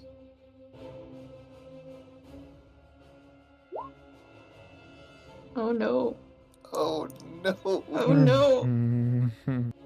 And she's So, fire. Yeah, Oh, I'm no. vulnerable to fire. I'm just like, which comes first, the resistance or the vulnerability? It's resist that probably usually. No, it's So- you calculate how much damage you would have taken and then apply reductions afterwards. So times by 1.5, then minus. Oh, is it Okay. that? Oof. Okay. Well, Okay. As it breathes down its flames, Menfa is either stuck to the floor out of fear, or just too slow as they get burnt. Or 10 fire, which would become 15, then minus 5 for 10. So basically it's the same for this number. no, my fire is 2. Oh, your fire So, is 2. 13. Okay. Oh my god. Yeah, 13. So, I'm still alive. You are very singed, though. Instead of being blue from your blueberry juice, you're blackened from being burned. Oh, Just need one's to put you in a grilled pot. They could be a vegetable stew. I'm a roasted turnip right here. Clark. I don't really know what to do. I can't reach it. What's your acrobatics bonus? 8 It'd be a total. 8. It'll be a DC 20 to jump up to him and attack. Oh! Alright. Yeah, that's a no. You jump and just like swing at the air, but you like pull your calf. Demir. I mean, is that a move action or a standard? Oh, actually, no, never mind. It'll be moved to jump and then standard to slash out. I mean, I never actually slashed, I just jumped. Yeah, you can keep your standard if you want to try do something else with it. Alright, I'll use my standard to pull out the healing spring from my backpack. Obviously not That's be able to fine. use it yet. Just throw your sword. Do it. No! Is it Demir's turn yet? Yeah, Demir's turn. Alright, you get this, little sprout, and, Nice. and 1 fast healing for 5 rounds, I think it was. Let me There you double go. check that. That puts you up to Wow. full health. The fast healing is on her turn. Yeah, I know. His turn. Yeah. Its turn. It will when it gets to Mentha. Yeah. So yeah, for 5 rounds. Fast healing 1. Yeah. Yeah, okay. Is that it from Demir? That is it. Alrighty. I guess you're going to be throwing your axe. Come on. Just looking at fatigue. Does it affect I think it does. Run or charge you cannot do. Okay. In that case, seeing that Demir has healed Mentha, we'll move behind this rock for cover. And attempt to shoot it with my bow. Oh, I should have tried the net. Never mind. Yeah, you do have a net. I'll try it next time. You fire with your crossbow. Let me just double check. No, your crossbow. Your bow. I don't know why I said crossbow. Yep, you hit it dead center in its chest. However, as the arrow sticks in it, the arrow burns up into ash. That's fine. I wasn't expecting to get it back. At least I know I hit it. That's the important thing. You did indeed. I take it this isn't an animal, just to clarify. I'm pretty sure it isn't. It is not an animal. Cool. That's fine. Mentha. Just to make sure, that 11 basically means if I shoot it with the geomancy, it shouldn't hit any of us, right? Yeah, correct. Good, because I'm gonna try it again.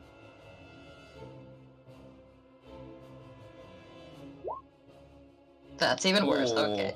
I'm gonna move over here and try to cover behind this. Alrighty. Goes to the Falcon, who is going to fly after Mentha and keep on his tail. And it rings back its head and starts to breathe again. You don't have You could not do that, yeah. I considered not doing that. Remember, you get your fast healing. Oh yeah. I'm full for the next 2 seconds. Yeah? Might make reflex. You never know. Yeah, it's a reflex save, please. At least use it, please. That's better. Come on. Yeah.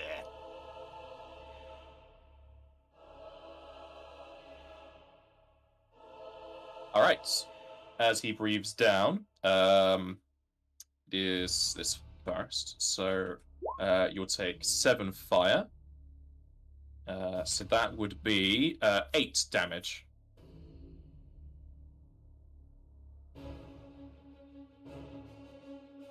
And you did indeed save. It's a good thing you did, because you definitely would have been roasted. So how far down from... So we're up a hill, right? Mentha is like down 5 feet from the level that we're at? About, yeah. Mentha, I need you to give me a fortitude save as well. Is the bird down any further Nope. than it was, or... Oof. Alright, you keeping that, or are you just humming? Yeah, that's that. Alright, you are fatigued. Everyone else is not fatigued.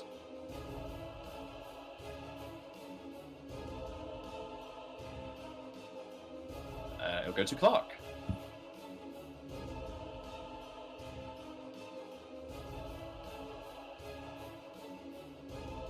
At this point, Clark, you could run and jump, and the DC would only be a 10. Because you are... Since the hill does go down, they are kind of at your level, but you will have to go in the air a Fantastic. bit. Then I will do that.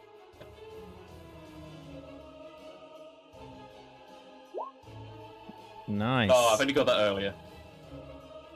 I will slash it.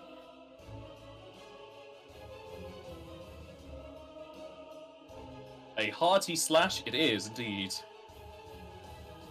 As you slash out at its blood starts to rain down. As you can see, it starts to singe the floor. As its blood is almost...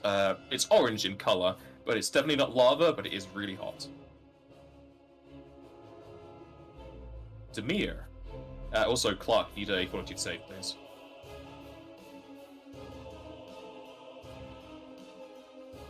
You are fine. I'm going to try to follow Clark's example, get a running start, and launch myself at the birdie and see if I can hit it.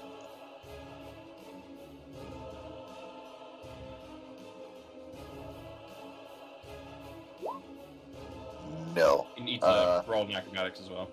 Oh yeah.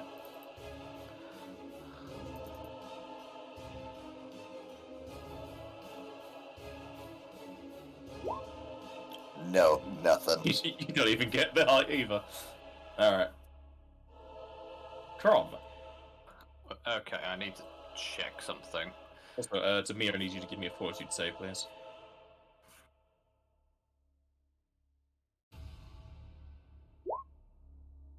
You are fine. How tall is this tree? I'll say 25 feet tall. Okay, so I don't think I've got the movement. My plan was drop the bow because I have a climb speed now because of Beastmaster. Go Yeah. like climb the tree and then drop onto the Sun Falcon to try and grapple it, but I don't think I have the movement for that. I'm gonna yell at Mentha. Where you going after this? You staying there? You moving elsewhere?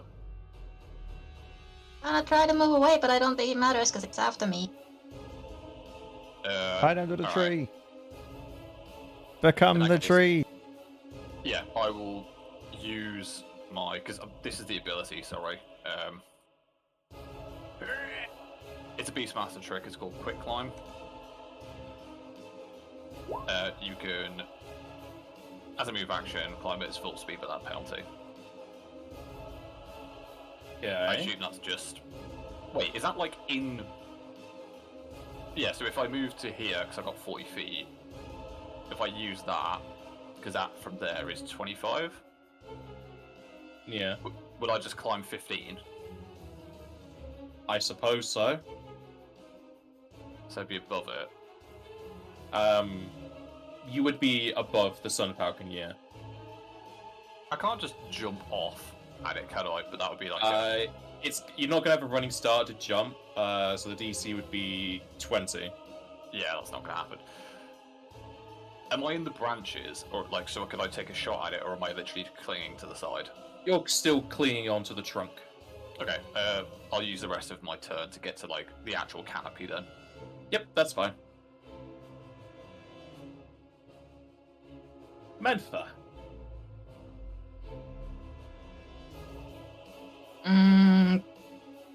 Wait, the Waver's positions, would they now be in line of fire for the Geomancy? Martin Demir would, yeah. Well, Chrome too if he's in tree, because... Oh no, I'll be Bronze, It's outright. 10. Bronze atop the tree. Ah, okay. It's 10 foot. I mean, I guess the mid break. Now would be the time. Cool. I don't think I even know what they are.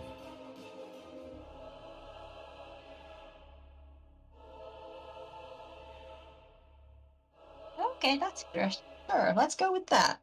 I'm going to limit break with Elemental Torrent. Oh dear. Don't think I have set up for it, so I'm just gonna roll this first. So the enemy, so they matter.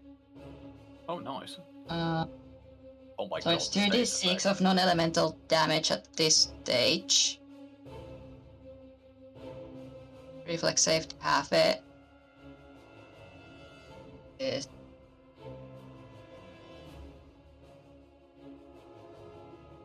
What's the DC? The 11 plus your wisdom? 15, I think. That's a lot of status effect. Yeah, it's half level on wisdom, so it's 15. Okay, that will save for her. So I don't need to make a following reflex. Or fortitude. Ugh. Terrible. Is blasted with non-elemental energies. And then I'm gonna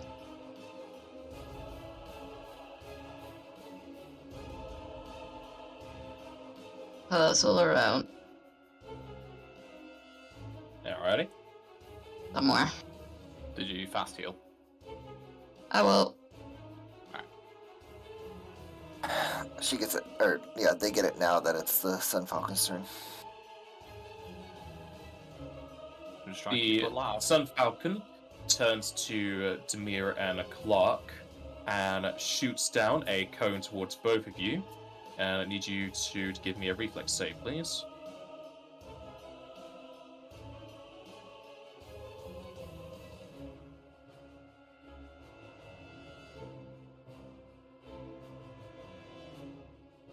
I'm gonna use my last hero point on that.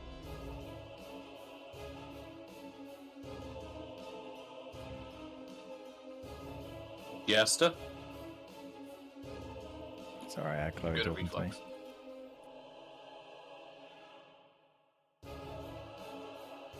Nope, that was waste. Alright. Both of you will take 3 fire damage and are blinded.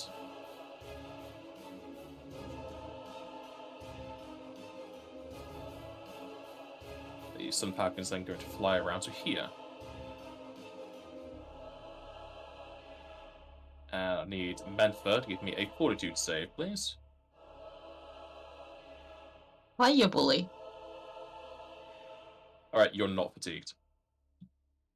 Yeah. Why you bully as you're the only one doing damage to it? Aside from Crom's first arrow. I haven't done once.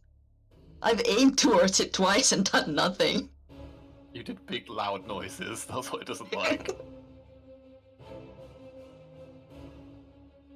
Fuck Demir, just like jumping at it and swinging weapons. Clark did hit it though. What's Clark Clark? gonna do?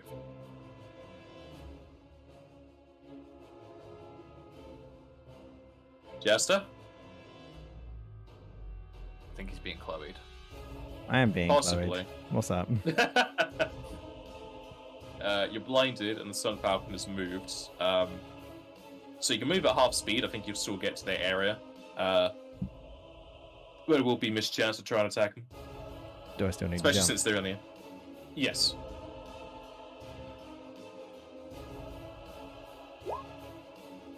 You're fine for that. Try and attack.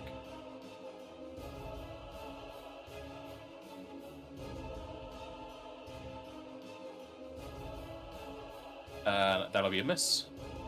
Sure. Demir.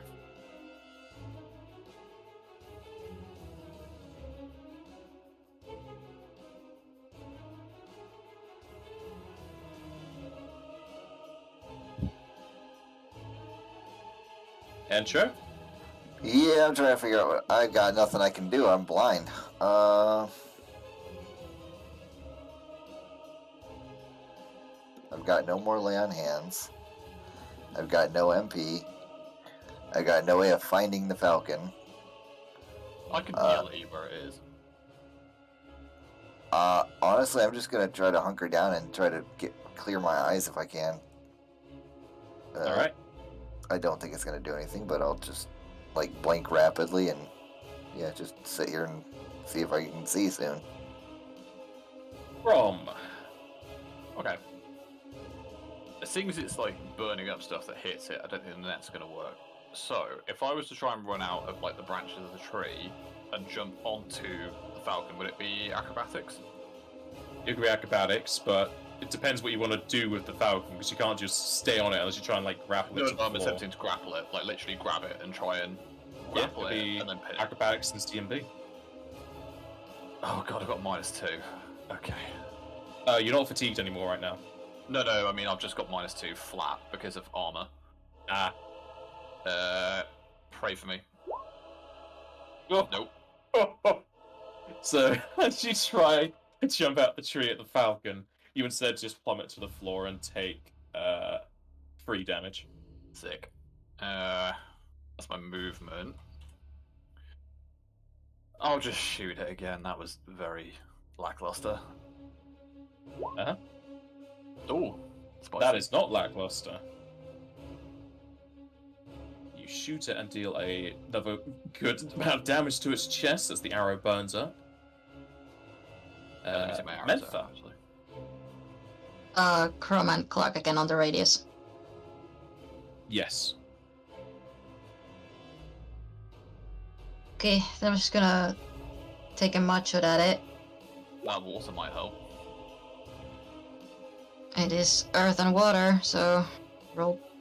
You was shoot at possible? the beacon of sunlight as a lot of steam comes off of it.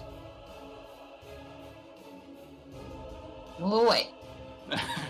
And Thank you. as it comes to the falcon, its flight is definitely haggard and going side to side, and it starts to dive upwards, trying to flee.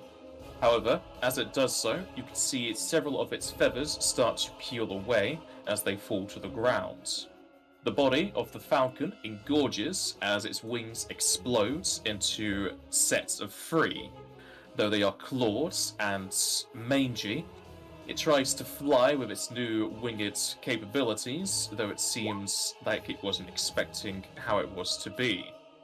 Its body starts to bubble and boil as it lets out a final roar and ignites into flames and pelters to the floor, landing with a loud thud.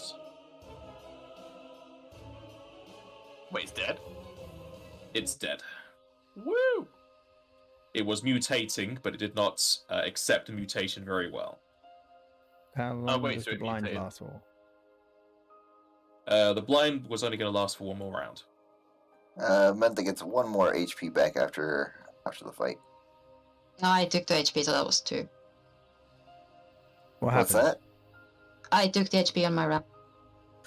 You got a total of 5 back? Yeah, Okay. I'm pretty sure. Can we check this Sun Falcon's ear? You can check the ear, however, this thing is like constantly on flames, so anything it would have had there would have burned away. Right, okay. But it's like this is not a normal mutation. It I is take not it. normal because it mutated and its wings split off into sets of 3, so it has 6 wings. And it looks very, not otherworldly, but unnatural. Yeah. So, is this thing still on flames even when it's dead? It had a massive ignition of flames in the air, and then it's fallen to the floor, and its light is slowly dimming out.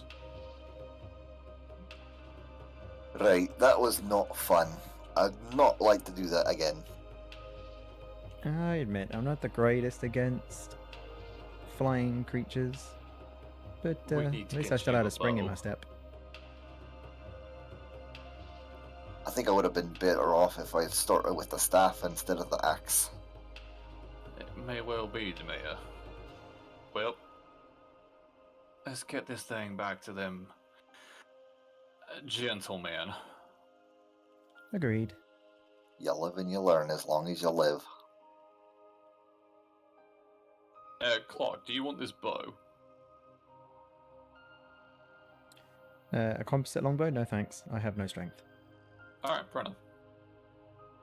It's pretty good. It works well. Yeah, if I was going to do that, I'll just get a regular bow. Because, yeah, then it goes off my decks. Might worth Right. pick it one of them in town. Alright. I don't know about you all, but I'm definitely wiped out after that one. I feel like we should rest before we head back. It's been a pretty good day at this point. Agreed. And to be fair, this plateau is a pretty defensible position apart from flying creatures, so I say we rest here. I'm gonna go pass out now.